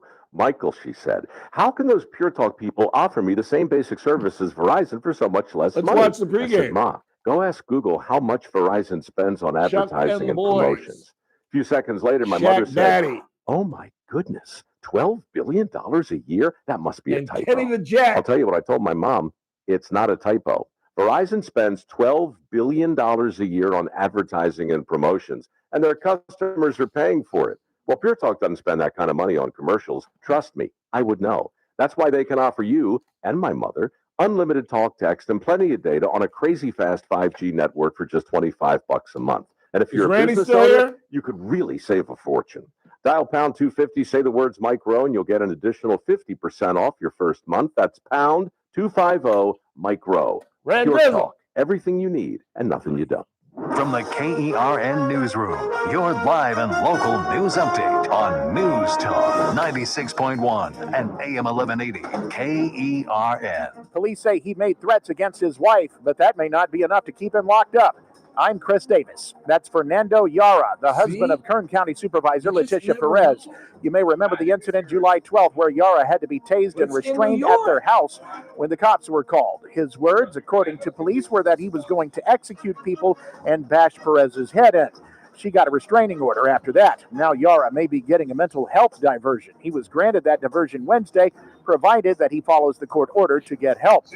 If you keep up with the Bakersfield City Council, you may have noted some recent absences by Ward 3 Councilman Ken Ware. Wednesday, he announced that he has cancer and says the treatments have been keeping him from council meetings. He says he would like to be back, but he has had some setbacks, and in the press release he sent out is asking for prayers. Ware says he is still keeping abreast of what's going on with the council.